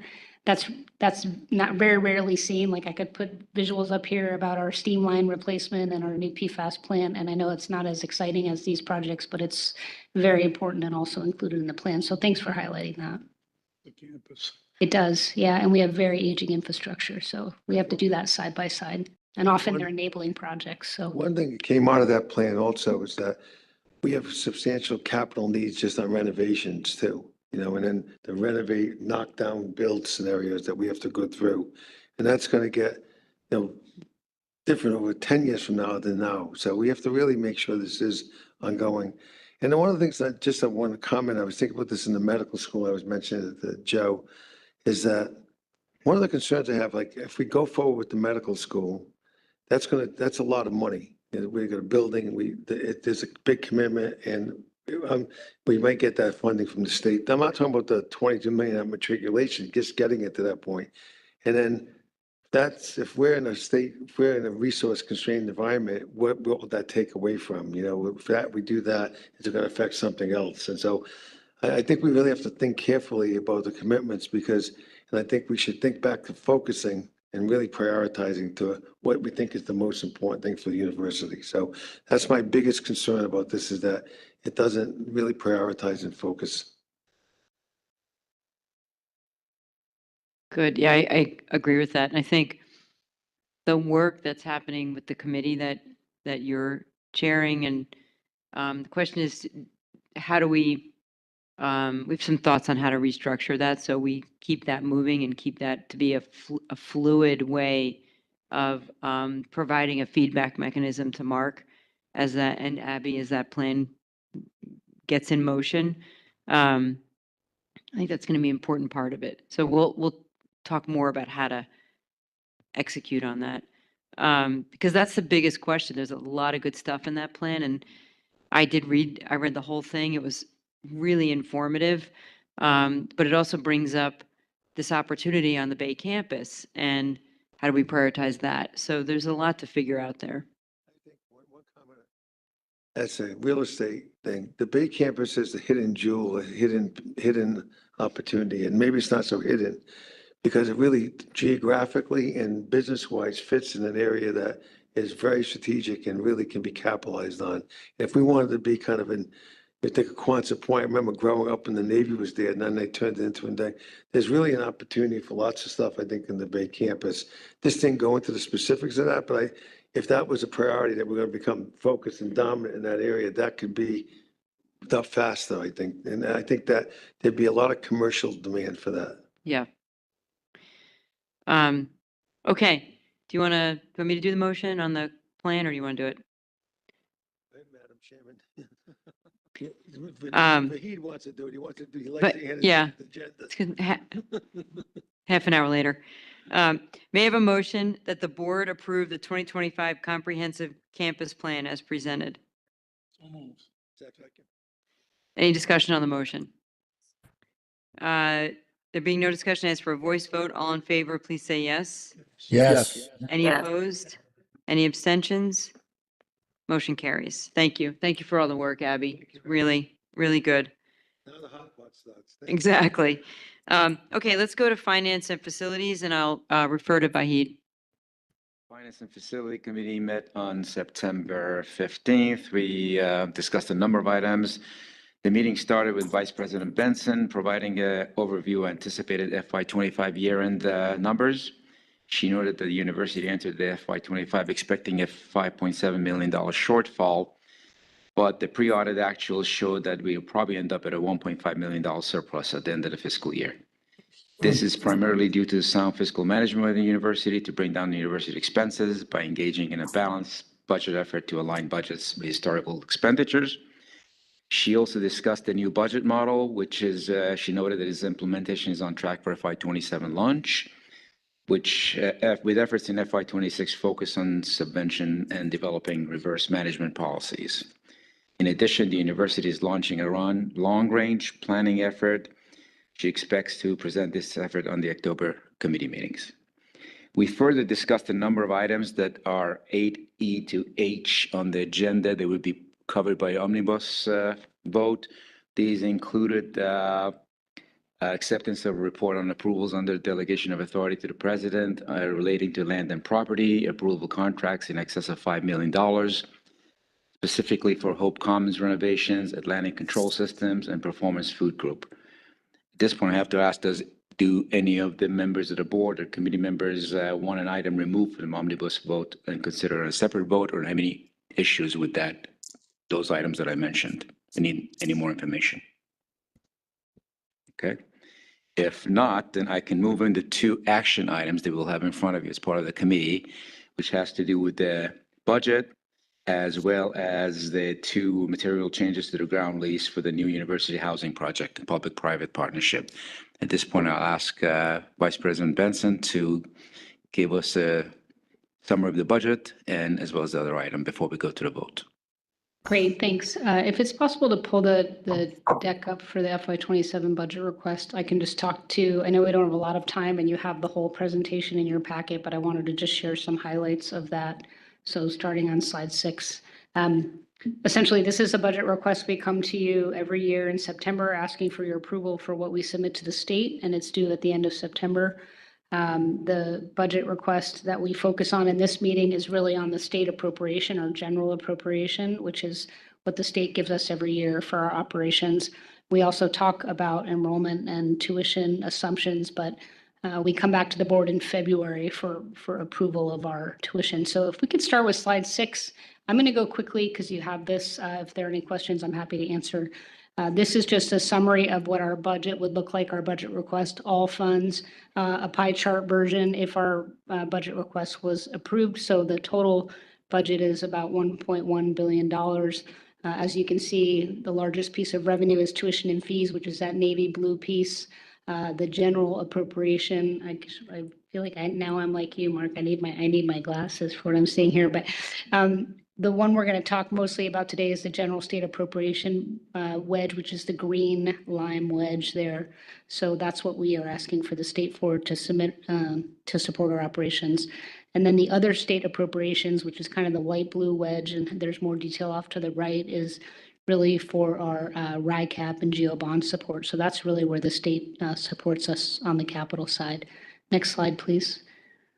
So this is the same budget and how we will use it. So not surprisingly, you'd see that salaries and wages are the largest wedge, the mustard yellow. Our operating expenses is second to that. And then I do want to point out that we have two financial aid sections of the pie. We have internal, which is money that URI uses to provide financial aid to our students. And then we have external, which is funds that come in from the federal government. So those are the next two largest slices of our budget. So moving on. So just so you are aware, we make some assumptions in our budget request in September. And as I mentioned, we come back in February asking with more details on some of these assumptions, and then we'll ask for actual tuition approval. But it's hard to see the numbers here, but on the upper left, we're just sharing what our assumptions are on our undergraduate full-time enrollment. So we're expecting a slight increase in our undergraduate full-time enrollment. On the right-hand side is our graduate enrollment. We're expecting that to remain somewhat flat, although hopefully we'll see some increases. And then on the bottom, we are making an assumption of a 3% increase from tuition last year. You may recall the board approved a 3.5% tuition increase last year in February. So we're making an assumption of 3%, and then we'll come back to you in February when we have a better sense of our enrollment after our October 15th census, a better sense of what our peers are doing, and we will come and ask for a more detailed tuition increase. So this is just a slide with our assumptions. Next slide, please. I'm not going to go through this because we've already heard from Dean today. He's here if you have any questions about enrollment, but this is just sharing some of the things that are impacting our enrollment and how we decide what our assumptions are. Next slide, please. So this is a summary of fees. This is the summary of our baseline fee assumptions. So we are asking overall for an increase in 3 fees. These are mandatory fees for students. They represent a 2% increase year over year from last year. And again, we'll ask for final approval of these things in February. Next slide, please. Okay, so this is our state general appropriation request and how it breaks down. We have a number of buckets that we ask for based on what the state's guidance to us is. The top line is what our last year operating budget was, FY26. So we got 115.3 million. We are expecting a 3.8 million operating budget shortfall, so we will request support to offset that. The current service level line item, 23.6 million, is really what we think of as what we need to do to just keep operations going, and I'll talk about that in a subsequent slide. And then we have a strategic initiatives line item that is some of the president's strategic goals. So there's a total there. We do have to take into account the additional tuition we'd get based on our enrollment assumptions. So that grand total is 143.9. Keep going, please. Okay, so this is just a breakdown of the current service level. I'll point out just a couple of things here. First, not surprisingly, COLA and contractual increases are the largest portion of that current service level ask. I'll also go down and show you that we have a couple of new buildings opening, which we're so excited about, Fine Arts and ORL, Ocean Robotics Lab, but we do build in additional operating costs for those. And then some of the others you've seen before, debt service, utilities, insurance, these are things that we see increases in most years. Next slide, please. This is a summary of the strategic plan priorities. This is very similar to prior years, and they are aligned with our strategic priorities and focus URI plan. So the first one is around faculty investments. We are seeking support for 10 faculty. The second is around student achievement, and that is seeking support for academic advisors. We asked for these last year. You'll notice the numbers are a little smaller than what we asked last year. That's because we have done some internal reallocation to start hiring some faculty and some advisors because it's so important, but we really are seeking additional support for that. Number 3, we asked last year, and we're continuing that ask to get some support for our talent development program and our National Guard and tribal scholarships. Those are waivers. The last two are waivers that we actually pay for with our internal funds. I do have mentioned here the Anchor and Rhode Island Merit Scholarship. I would say, as I mentioned to the committee, this is still an idea very much in development. So we have it listed here, but I think we will not be submitting that. And we'll talk about that when it gets to the end of the budget presentation. And then finally, number 4 is Powering the University of the Future, which is IT modernization. A lot of that is related to our Workday ERP transition that we're going to be starting off in the next few months. Next slide, please. So I won't go through these, but there are a number of slides that just talk about how our strategic initiatives align with RI 2030, which is the governor's strategic plan. So we want to make sure that what we're doing is really dovetailed with the direction that the state is going. Next slide, please. We'll move on past this.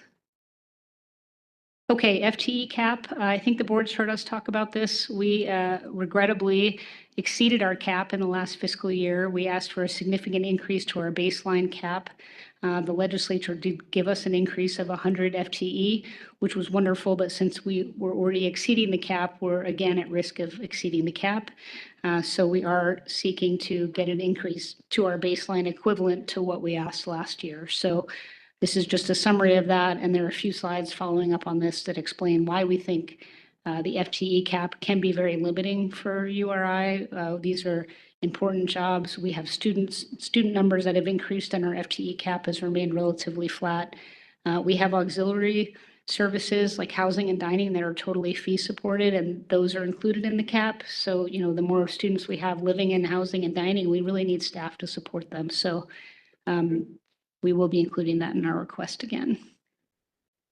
So I think that's really, that's the summary. And then this is always a useful slide for those of you that are interested in a P&L view that gives you the last few fiscal years summary of our budget. So that was fast. I'm happy to answer any questions you might have. Any questions? Comments? So there be no comments. Should I go ahead? May I request that the board approve the University of Rhode Island's FY 2027 total budget request as set forth in the enclosure, excluding the Anchor in Rhode Island Scholarship. Second. Discussion? There being no discussion, voice vote, all in favor, please say yes. Yes. Yes. Opposed? No. Abstentions? Motion passes unanimously. May I have now, could we cover the second item, please, Abby? So this is a request to approve 2 modifications to the ground lease for our P3 student housing ground lease that you all approved back in June. As a reminder, the board approves transactions, not necessarily documents. So back in June, you approved the overall transaction and allowed me and other authorized officers to execute on the documents, which we're very close to doing. But we have made 2 changes since June that I thought it would be useful for the board to understand and approve. The first is that we changed the length of the ground lease term. So originally, this is anticipated to be a 40-year project, so financing will be 40 years. The original ground lease was for 42 years to allow for a 2-year tail in case there were any challenges paying off the financing for the project. It was requested by our bond insurance provider. When I say our, it's really the project's bond insurance provider that we increase that tail to 5 years to make sure that there was enough buffer in case there were any challenges paying off the debt service. So we have changed the lease to add in 3 one-year extensions only to be approved in the event that the financing hasn't been fully addressed. The second item is just to let you know that in order to make the project more viable, we did reduce the overall number of beds in Graduate Village from 220 beds to, as a reminder, the whole project is just over 1,100 beds. Around 900 of those are undergraduate in 2 dorms, and then 200 beds will be in Graduate Village. Even though we had to reduce from 220 to 200, it's still more than the beds we have there now. So we still are noting that this is an increase to the number of graduate beds that are available. So we are seeking your approval to amend the ground lease with those 2 items. There are lots of other smaller items, but they're not viewed material, and we are ready to execute that. Just so you're aware, the RIBEC did approve the PRG, which is the 501c3 that will be the issuer of the bond for this project. They approved the issuance of the bond at their meeting on Wednesday. We're hopeful that you'll approve these changes to the ground lease today. And then we have State Properties Committee on Tuesday.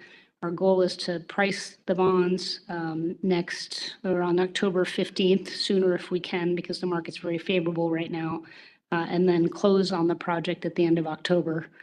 I will remind again, the whole project is about $227 million.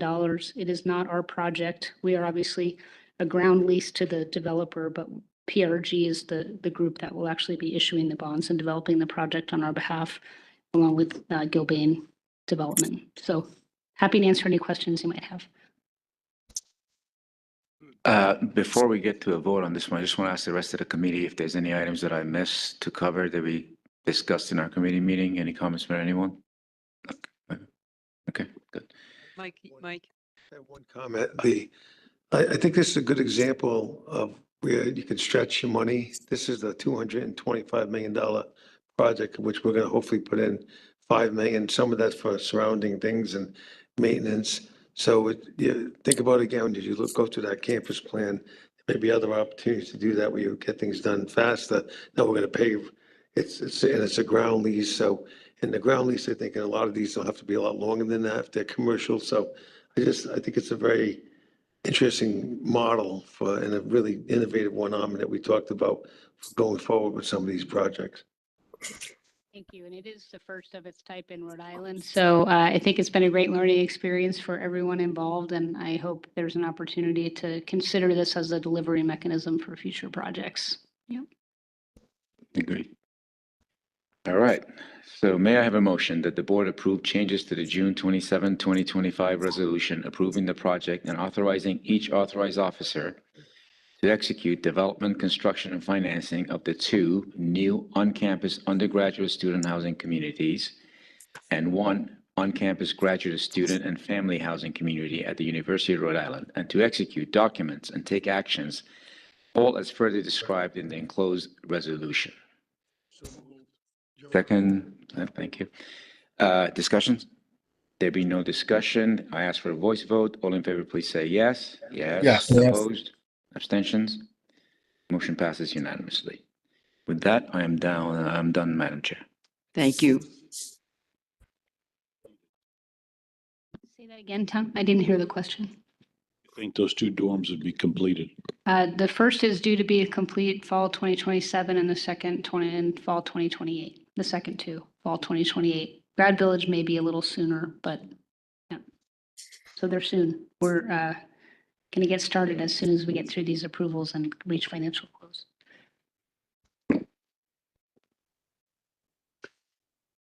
Okay, great. Thank you, Vahid. Let's go to Neil Kerwin for the Academic Affairs and Research Committee report.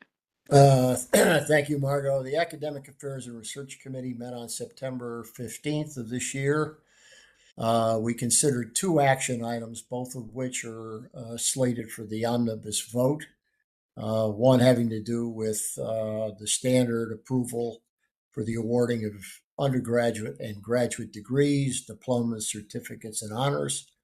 The second was the granting of tenure effective August 2025 to a new faculty member and Patricia Seo in the College of Nursing. Is there any discussion on either of these prior to my turning to the provost and the vice president for research? Okay, hearing none. Does anyone want to move either of these action items from the omnibus agenda to this discussion? No. Beyond those, the focal points of the meeting of my committee, our committee, were reports from Provost Wolf and Vice President Jenkins. Some of those items were covered in previous sections and reports at this meeting. But I'll ask Provost Wolf first and then Vice President Jenkins to present a brief summary of their reports right now. So, Barbara? Great. Thank you, Neil. So first, we discussed enrollment with a focus on summer enrollment. This past summer, we had a record number of enrollment, 8,300 individuals who enrolled. And we also just want to remind everybody that this fall semester, we had a record number of applications for over 28,000 applications for people who are in our incoming class this year. We were able to produce an excellent incoming class of 3,430 students, and that's as of September 22nd. And just to remind everybody, we do have an official report of enrollment that will come out on October 15th, which is our census date. So we are very grateful to Dean Labudi and his team for having our enrollment the way it is when a lot of universities across the country are not necessarily having that same experience. So thank you, Dean. We also discussed the leadership team for federal action. This is a group that meets regularly every week, sometimes more frequently if needed. Again, looking at the impact of federal actions on the university. And right now we are very closely tracking ongoing developments regarding the H-1B visas. We share information with our community that have been impacted by the recent executive orders, and we continue to monitor it. There's litigation, obviously, that's going on, and we will continue to help support our community. We also are monitoring the looming government shutdown, and there too, we're providing guidance for our community in terms of what to expect in preparation for next week. We also have discussed ongoing searches to give people an idea of some of the things that are going on.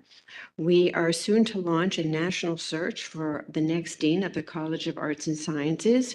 We currently have several searches underway, one for a vice provost and dean of the graduate school, as well as a vice provost for academic resource management. Also, I'd like to welcome Ray Lang, who joined us last month as our new interim dean of the libraries. And we look forward to moving that search forward soon after we get some of these others done. Also want to remind people about accreditation. The university is up for reaccreditation by the New England Commission of Higher Education, also known as NECHI, and that's in 2027. And I want to thank the members of our accreditation steering committee who are listed up on the slide there.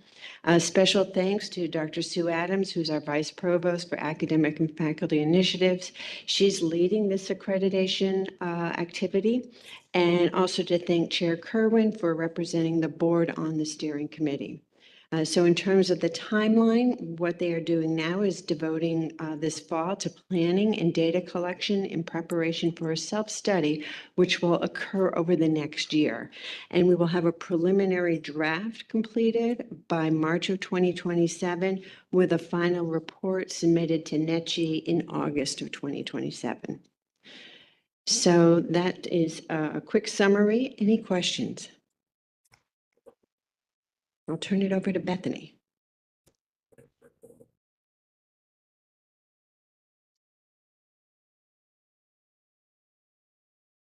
I'm waiting for my slides to come up. I know they've got them. You can go right to the second slide, please.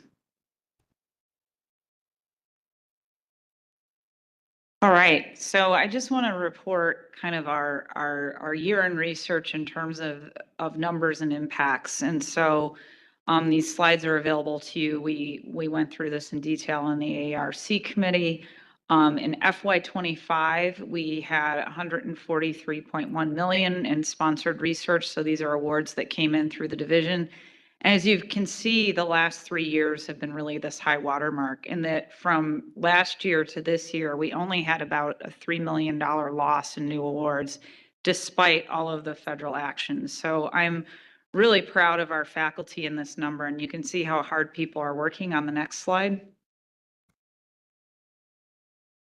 So we've had new energy coming in from our partnership with the URI, the newly named URI Foundation, and they've done a great job of adding to our funded research along with the Research Foundation.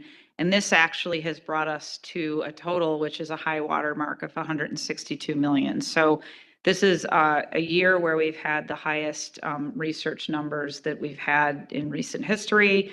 And this is just, again, really fantastic to see given all the impacts. Next slide, please. These data reflect how hard our faculty have been working. And so we had a record number of proposals submitted in FY25 compared to any year prior. So again, just despite how hard it's been in the federal landscape, our faculty have been working so hard to get proposals out the door and under review. Next slide. It's I remarkable. saw it in the committee meeting. Everybody kicked it into high gear. They really did. And the word I'm just using, we should just brand it as URI as resilient. The R is for resilience, right? The faculty are just unbelievable given everything that's been going on, and everybody's been working so hard. So I just wanted to show some data that, again, really wanting to emphasize this purple graph, because what we're also seeing is better research awards coming in through partnerships with philanthropic foundations that fund research like Schmidt, Simons, Gordon, and Betty Moore. And over the past year, particularly the URI Foundation has been working regularly with my team. We're seeing more success in that area. And this, of course, is really important and as part of our resilience as we go forward. So that wedge has really grown over past years. So we want to see it continue to grow, but that's really exciting. And then you can see some of our other major funders, NOAA, where we have a lot of strength in ocean exploration, and this is called out in the new administration science plan. So we anticipate continued success in that area. National Science Foundation and NIH make the rest of the big wedges in that research pie. Next slide. So this is a bit of an award distribution by college. And again, there's new capacity in a lot of our colleges. We haven't really seen a big shift from previous years in terms of kind of the proportion of the pies that the colleges have for this award distribution. And this is just a reminder, this is sort of total award number. So that big NOAA portfolio lives over in the Graduate School of Oceanography. A college that's really growing and doing particularly well is CELS. So not only are they fundraising well, but they're doing incredibly well with research activity. Next slide. So Mark mentioned this. This is something that's just truly unbelievable. So this is reflective of the future of URI.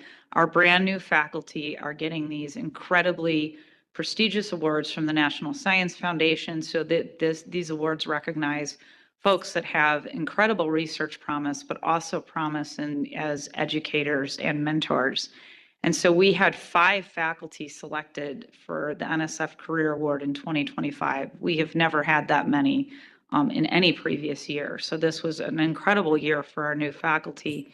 And then to the point of the new proposals, we mentor in my office a cohort to submit applications. We had 14 applications for these awards go out over this summer. So again, these are our brand new faculty working over this past summer when things have been hard to put their hats in the ring to be considered for this award. So I'm really hoping to see those dividends pay off, as they're under review for the next year. So we hope the National Science Foundation budget stays what it is and these awards get funded because our early career folks are knocking it out of the park.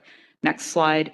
Want to recognize those folks. And the other really exciting thing that you can see is that they're across departments and across colleges spanning arts and sciences, engineering, and the College of Environment and Life Sciences. So this is just really exciting, and they're doing everything from leopard seal research to really cool stuff with AI and computer science and quantum. Next slide. The other thing Mark mentioned that we're extremely proud of is we got an NIH T32 interdisciplinary training grant. This is an interdisciplinary graduate program that again crosses. It's largely focused in neuroscience, psychology, engineering, and it's going to provide predoctoral training slots for recruiting some of the best and brightest graduate students in the country to work with our talented faculty for interdisciplinary graduate work. Really excited to see this, and we know that when you become an R1 institution, that this is a great time to pursue more of these awards. So we're going to be doing that. Next slide. So this is the really exciting work that Len Kahn, not only do we have incredibly early career people, we have incredible senior mentors, and really Len is the chair of our physics department and has really rejuvenated this department in terms of just incredible energy, and has a $5 million grant for quantum fundamentals and workforce development. Again, this is an area we know this new administration is going to be funding, so URI is particularly positioned well in the area of quantum science. So really hats off to Len and his hard work in this area. Next slide. We also got sort of the second tranche of our NSF EPSCoR funding. So this is really the science companion to our EPSCoR core administrative team, but it was a $7 million grant to continue the microplastics work in coastal ecosystems. Dan Roxbury in engineering is the lead PI. Again, involves multiple colleges and multiple institutions across URI. That came in this summer. So really excited to see that work continue. And we know how important this story is. It's getting a lot of media attention. Next slide. The other thing that's wasn't updated in the ARC meeting that I am extremely proud of is URI has been partnering with our institutions in New Hampshire, Massachusetts, and Maine to go through this NSF Regional Innovation Engine competition. And it started out with 300 competitors, was down selected in a round of 71. 29 semifinalists were selected, and we're in a group of 15 finalists getting ready for a site visit from NSF. These awards are around $160 million, and this is going to be focusing on the awards called Inspire. It's the New England Seafood Partnership for Innovation. It includes our aquaculture, our AUV robotics for monitoring things like aquaculture farms and fishing. So we're really in the exciting time of getting ready for this visit, and hopefully we can win this. So just exciting, I'm just really, one of the goals was to have us be part of these bigger proposal efforts. So this will be exciting, but it's always good to be competing. Next slide. So we expect out of 15, potentially like 8 or 9 might get funded. So our chances should be good at this point. No, each. Yeah. So, yeah. So this is all the great news that's been going on in relation to these award terminations that you've heard about. They fortunately have slowed down recently. It kind of waxes and wanes a little bit in this landscape, but this was updated at the beginning of September, and this is total award amount, and you see the agency on the vertical column and the dollar amount on the X, the horizontal bottom of the graph. And then the number indicates how many terminations we had from each agency. So clearly you were familiar that we had the large cuts come in early to our USAID portfolio. And then this kind of goes through the other ones. Next slide. The financial impact of these terminations is about $27.62 million that were remained on the cut awards. So those are real financial losses to the university, both in terms of direct and indirect costs. Next slide.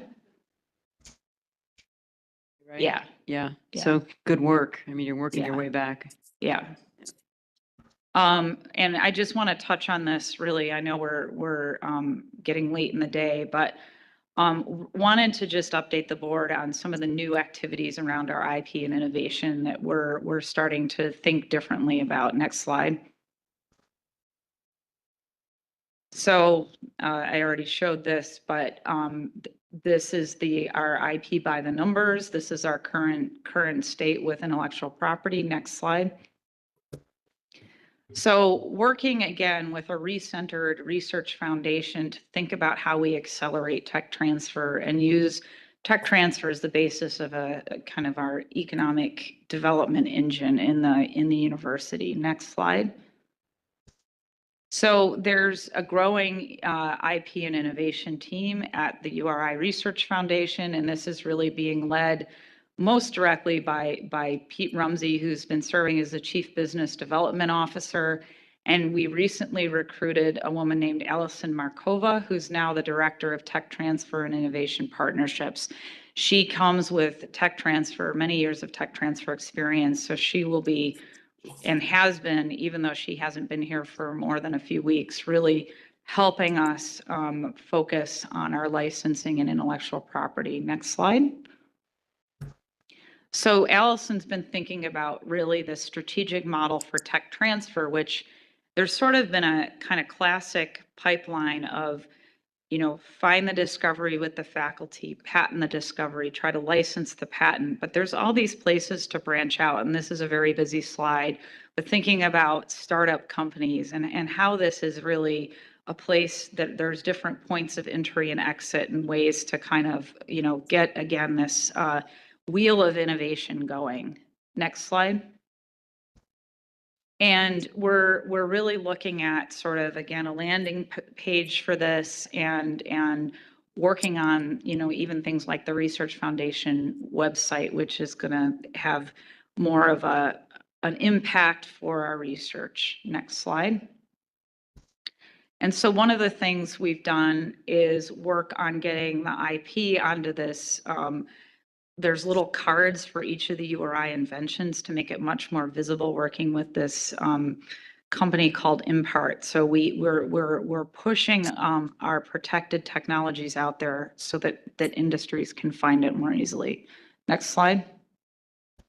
And then kind of the culminating activity, again, this is new since the ARC, is we had our first ever tech showcase with a pitch event, and I know Joe and Joe were there, and it just, I think, was a real success in terms of getting URI's invention and some of our startup companies showcased. So this was the first ever, and we're really excited to have more of these. But there were inventors there pitching their ideas. We had people that were venture capitalists there.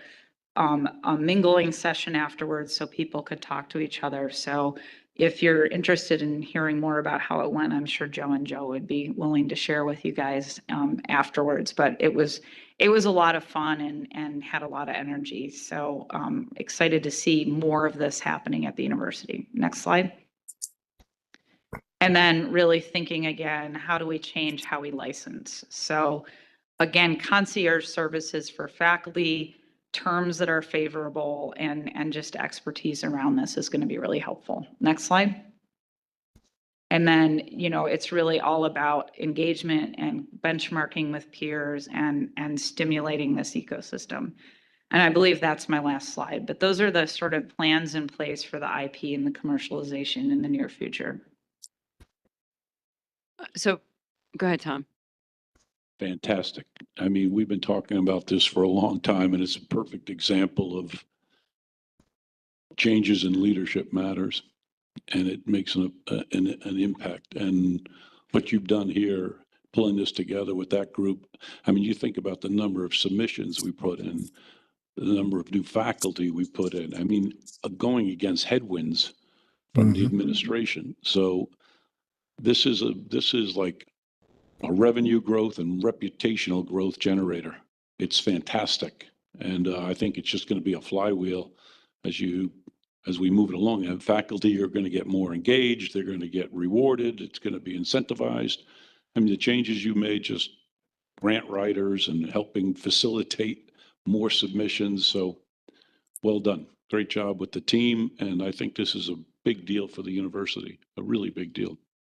Thanks.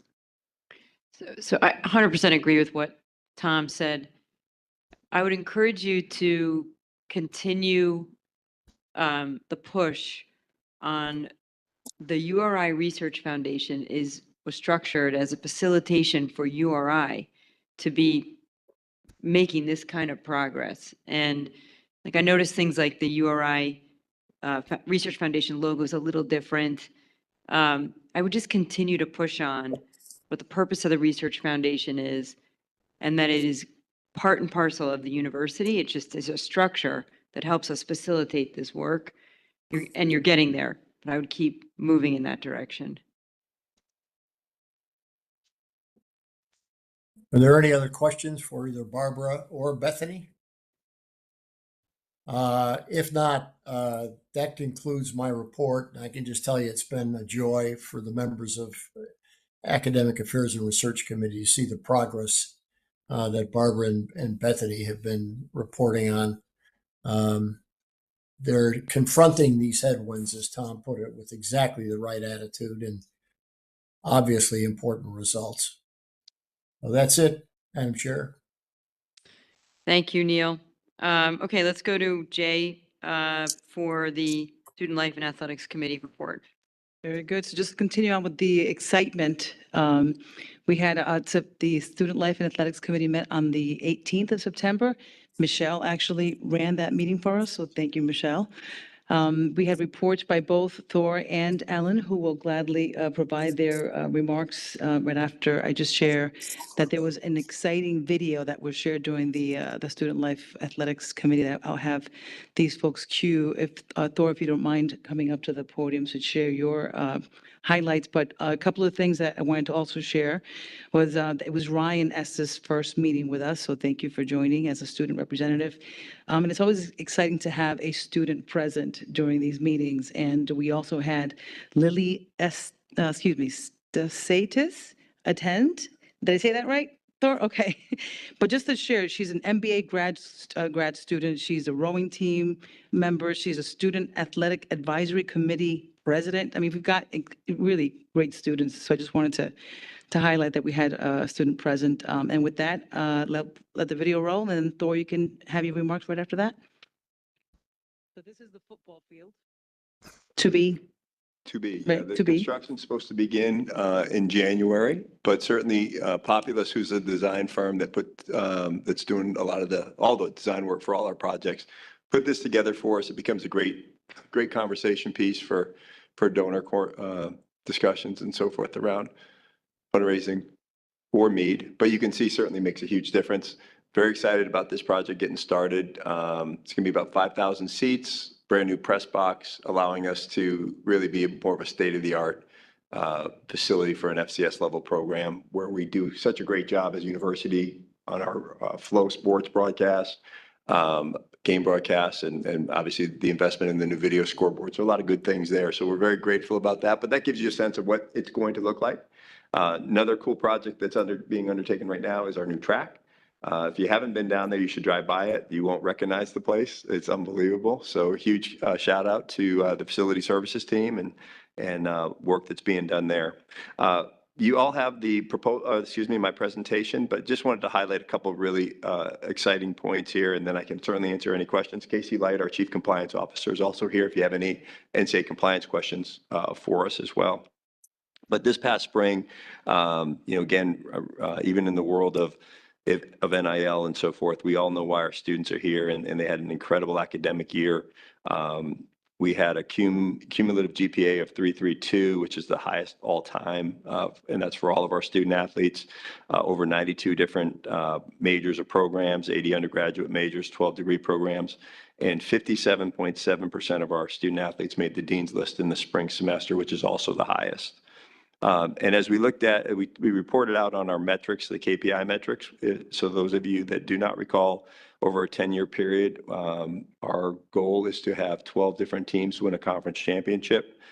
We are making great progress there. We actually are at halfway point, 3 years in, which is pretty exciting. But the other thing that is part of the presentation that if you go back and look at your records, I thought was really cool. We put a comparative as to how we are doing against other A10 schools. So we've won 11 championships in the last 3 years, 6 different sports, as I mentioned. Right now, only VCU has got more than us. They've won 17, and total and between 8 different sports. And then George Mason has actually had 7 different teams win the championship, but has only won 8 altogether. So I think it really gives us a good indication of where we match up against other A10 institutions. So I give kudos to Shane Donaldson, our media relations staff, to putting together this report card. But happy to answer any questions that anybody has. Yeah, Courtney. Thor, with those 5,000 seats, does that give us more seats, less seats than we have today? It's a great question. It actually gives us a little bit more. And because we've been really limited in terms of how many seats we can actually fill out at Meade. The other thing and I can't remember if I mentioned this, there's going to be close to 800 chairbacks, which will give us a chance to leverage some different seating and donor seating and so forth. So it'll be a much better experience for folks. Track is done. Mike said he's going to lead us we're all going to run the one lap around the track. I think I may have 1 lap in me. That's about it. So is there any update on NIL? You mentioned NIL. Yeah, it's always a work in progress. I think I give the university a lot of credit in terms of with the plan we put in place for both men's and women's basketball this past year, going into the recruiting cycle in March. I think the biggest difference for us is providing both Archie and Tammy with a number that can't be overstated enough. We gave them a number on March 1st versus really a number March 1st and then maybe another number in June. That's what we had done previous years as we still try to navigate our way through this. And so, it'll be interesting to see. We're making a significant investment in NIL, both on the men's and women's basketball side, as are our competitors in the A10. So as we start to get an idea of what people are spending, we're going to have we'll have some interesting measurements to see how our investments are panning out. But I think having those dollars early on gave them a really much better indication of the type of kid that they can go out and get in both programs. I asked Arch a year ago when we were at a certain number on March 1st, not this current year, a year back. And then we were able to increase it a little bit. And I said, how many folks did we miss out on? How many guys did we miss? And he said between 50 and 60 that we couldn't even talk to during that 3-month period. So it just tells you that providing that budget as early as we can is such a significant factor in the transfer market to see where we stand. The other thing that's interesting, Mike, is, and we don't know this yet, the NIL numbers were so inflated last year. That's what the general consensus is, because so many programs still had money in their collectives that they had to get rid of prior to the House settlement finalizing in June of this current year. So front loaded a ton of contracts. So these kids are making a significant amount of money. Whether they'll do that again this coming year, jury's out. There's another fear that we all have within certainly at the mid-major level. Because the House settlement capped the revenue distribution you could give in-house by about $20 million, give or take, right, Casey? And then anything over and above the money that was distributed through the universities would actually have to go before an outside audit group to determine whether there was a true business purpose associated with those dollars, which you'd think would limit the ability to pay, big money. But the lawsuits that were already being threatened this summer certainly, took that off the table. So we're now, programs that we knew that 20 million was going mostly to BCS level football programs. Now if a collective at, pick your favorite Power 4 school wants to put 10, 12, $13 million in it and pay kids that way with very little oversight, jury's out whether the oversight will really come into play or not. I heard the term during A10 meetings that they're building the plane as they fly it, and that really seems to be the case. Giving actual numbers out, safe to say that our NIL this year for men's basketball is 50% of what the top 2 teams are in the A10. A little less than 50%. So we've increased ours a significant amount, and we're still 50% short of the top 2. Just a perspective. And as we think about the NCAA governance structure, the NCAA basketball tournament, which drives all this, the access to the championship is of great concern. Where the A10, not that long ago, was getting 3 or 4 teams in. Last year we got two, or last year we got one. The year before we got two because Duquesne upset someone in the A10 tournament to make that spot. Access to the championship is getting more and more challenging. When you start looking at the Power Four leagues in the bottom, teams 12, 13 that are getting in versus the second or third best A10 team, it's really hard. The Power Four just was approved to get 65% of the weighted voting for all matters, which could include Division I access, championship access, revenue distribution. So there's a lot happening in our world right now, and the power structure is a real challenge. Any other questions? Other than that, we have great kids and they're doing great stuff. So thank you. Thank I think you. it's worth noting that at close to 60% of our students made Dean's List. So I think that's pretty notable to share with our athletes. Very good. Thank you very much, Thor. So Ellen, if you don't mind sharing your thoughts and homecoming with. No, I'm thrilled to share the student life recap. So I certainly began by welcoming Ryan Estes as our student representative to the board, to our committee. We are so fortunate to have Ryan on this board. He is such a leader across campus with his engagement in student leadership, tour guide, TA, new student programs, the list goes on. We're really thrilled to have you, Ryan, participating. We also shared about a very successful move-in that we had. Over 6,000 students moved into campus at the beginning of the semester, both in URI housing and Greek housing. And I do have to tell you, we heard overwhelmingly from families who'd moved students into other colleges how URI is the best and has really done it well. And I have to say, it's in large part due to the work that Housing and Residential Life does to plan that event, but it's also because it's a community welcoming. Every division, every aspect of campus came out to welcome those families, and it really makes a difference for us. So I want to give a shout out to everybody who helped participate in that.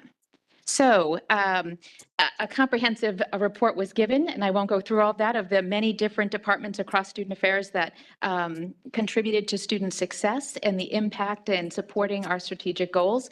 But I will just highlight a few things, and it is really just a sampling of all the good work that's being done.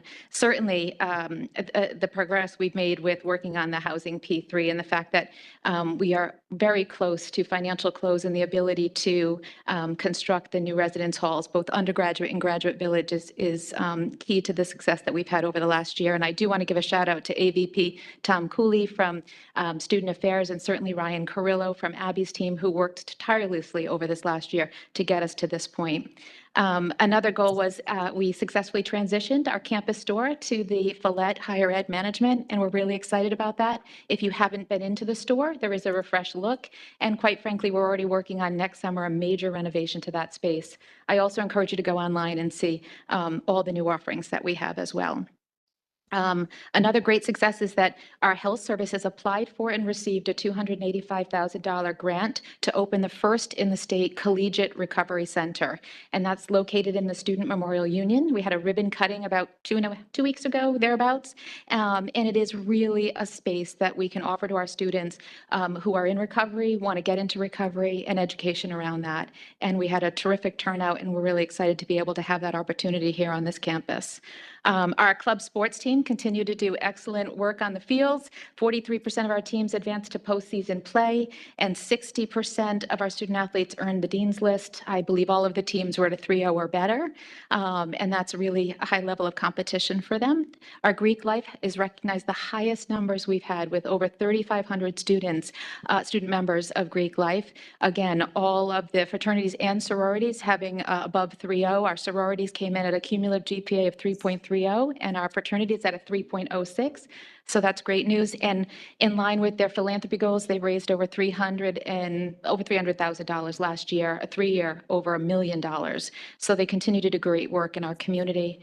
And as we continue to work to support our students around mental health, I do want to say that I'm particularly proud of our counseling center, who last year worked to fill out a self-evaluation to be accredited by the International Accreditation of Counseling Centers. And they had their on-site visit by 2 accreditors the first week of classes, and we hope to hear within the next couple of weeks about their accreditation, and I expect to report some really positive news in that front as well. And that was it. Again, small sampling of all the good work that's being done across the division to support students and their success here at the university. Thank you. I'm happy to take any questions. Good work on the students moving on campus. Like, I've heard really good feedback about it. Okay, so on behalf of the committee, I want to extend my thanks to both Thor and Ellen for their leadership and steadfast commitment to student success. Good work, guys. Thank you. Get it all. That's great. Hello. Okay, all set, Jay? All right, thank you. Okay, last order of business, second to last, is the omnibus vote on committee-related actions and approval of the minutes. So it's items 8A through H. So before I ask for a vote, are there any questions, or does anybody want to do any of these individually? Okay, hearing none. May I have an omnibus motion to approve agenda items, action items 8A through 8H as recommended and presented? Okay, any discussion on the motion? There being no discussion, I ask for a voice vote. All in favor, please say yes. Yes. Yes. Any opposed? Any abstentions? Motion carries. So that before I adjourn, I just want to say this was a great meeting, really good discussion. It's the power of us coming together and in person, I think makes for a really rich discussion. Couple of things, we're going to schedule a medical topic on the medical school this week. I know it's going to be tough. It's going to be hard to get everybody together, but we'll try to figure out people's calendars and do the best you can. I think it's a really important topic for us to get on the same page around. The second thing is, as Mike talked about, the campus plan. It's also an incredibly important area for us. It's part of the vision. It's part of the strategy that Mark has laid out. And as we get momentum on the Bay campus and what that could mean, we're going to come back and talk more about that. But it's, as I said earlier, it's coming up all over the place in terms of that kind of being this, as you said, it's like this hidden gem that we have that could really propel the university in a number of ways. So we'll come back and talk about that. And Bethany's word of resilience, I just want to say publicly to the faculty, this is a tough time. Even if you're not in research mode, if you're just teaching, it's a tough time. And I think we have the best faculty in the world, and I appreciate all the work that you're doing to continue to create really positive outcomes for our students. And this environment, this campus environment just gets better and better. So I appreciate all of the work that everyone does around that.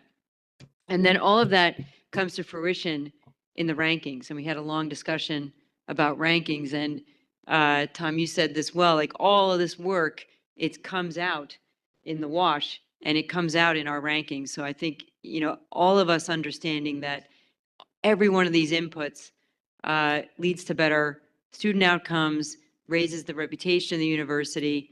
And I appreciate all the work that Mark and your team are doing to bring that awareness to both to us and to campus. So thank you.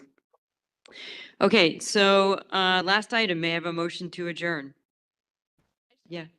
I just want to applaud the university and specifically the Rhode Island Survey Initiative through the Harrington School on their recent survey around housing and governance. I think from the perspective of as a community leader and really telling the story about the housing crisis to which we have and the university taking a really solid role and getting feedback and perspective from Rhode Islanders was exceptionally important to our advocacy work. So I wanted to say thank you. Perfect. Thank you for pointing that out. Can you just explain, what's the process for the medical school?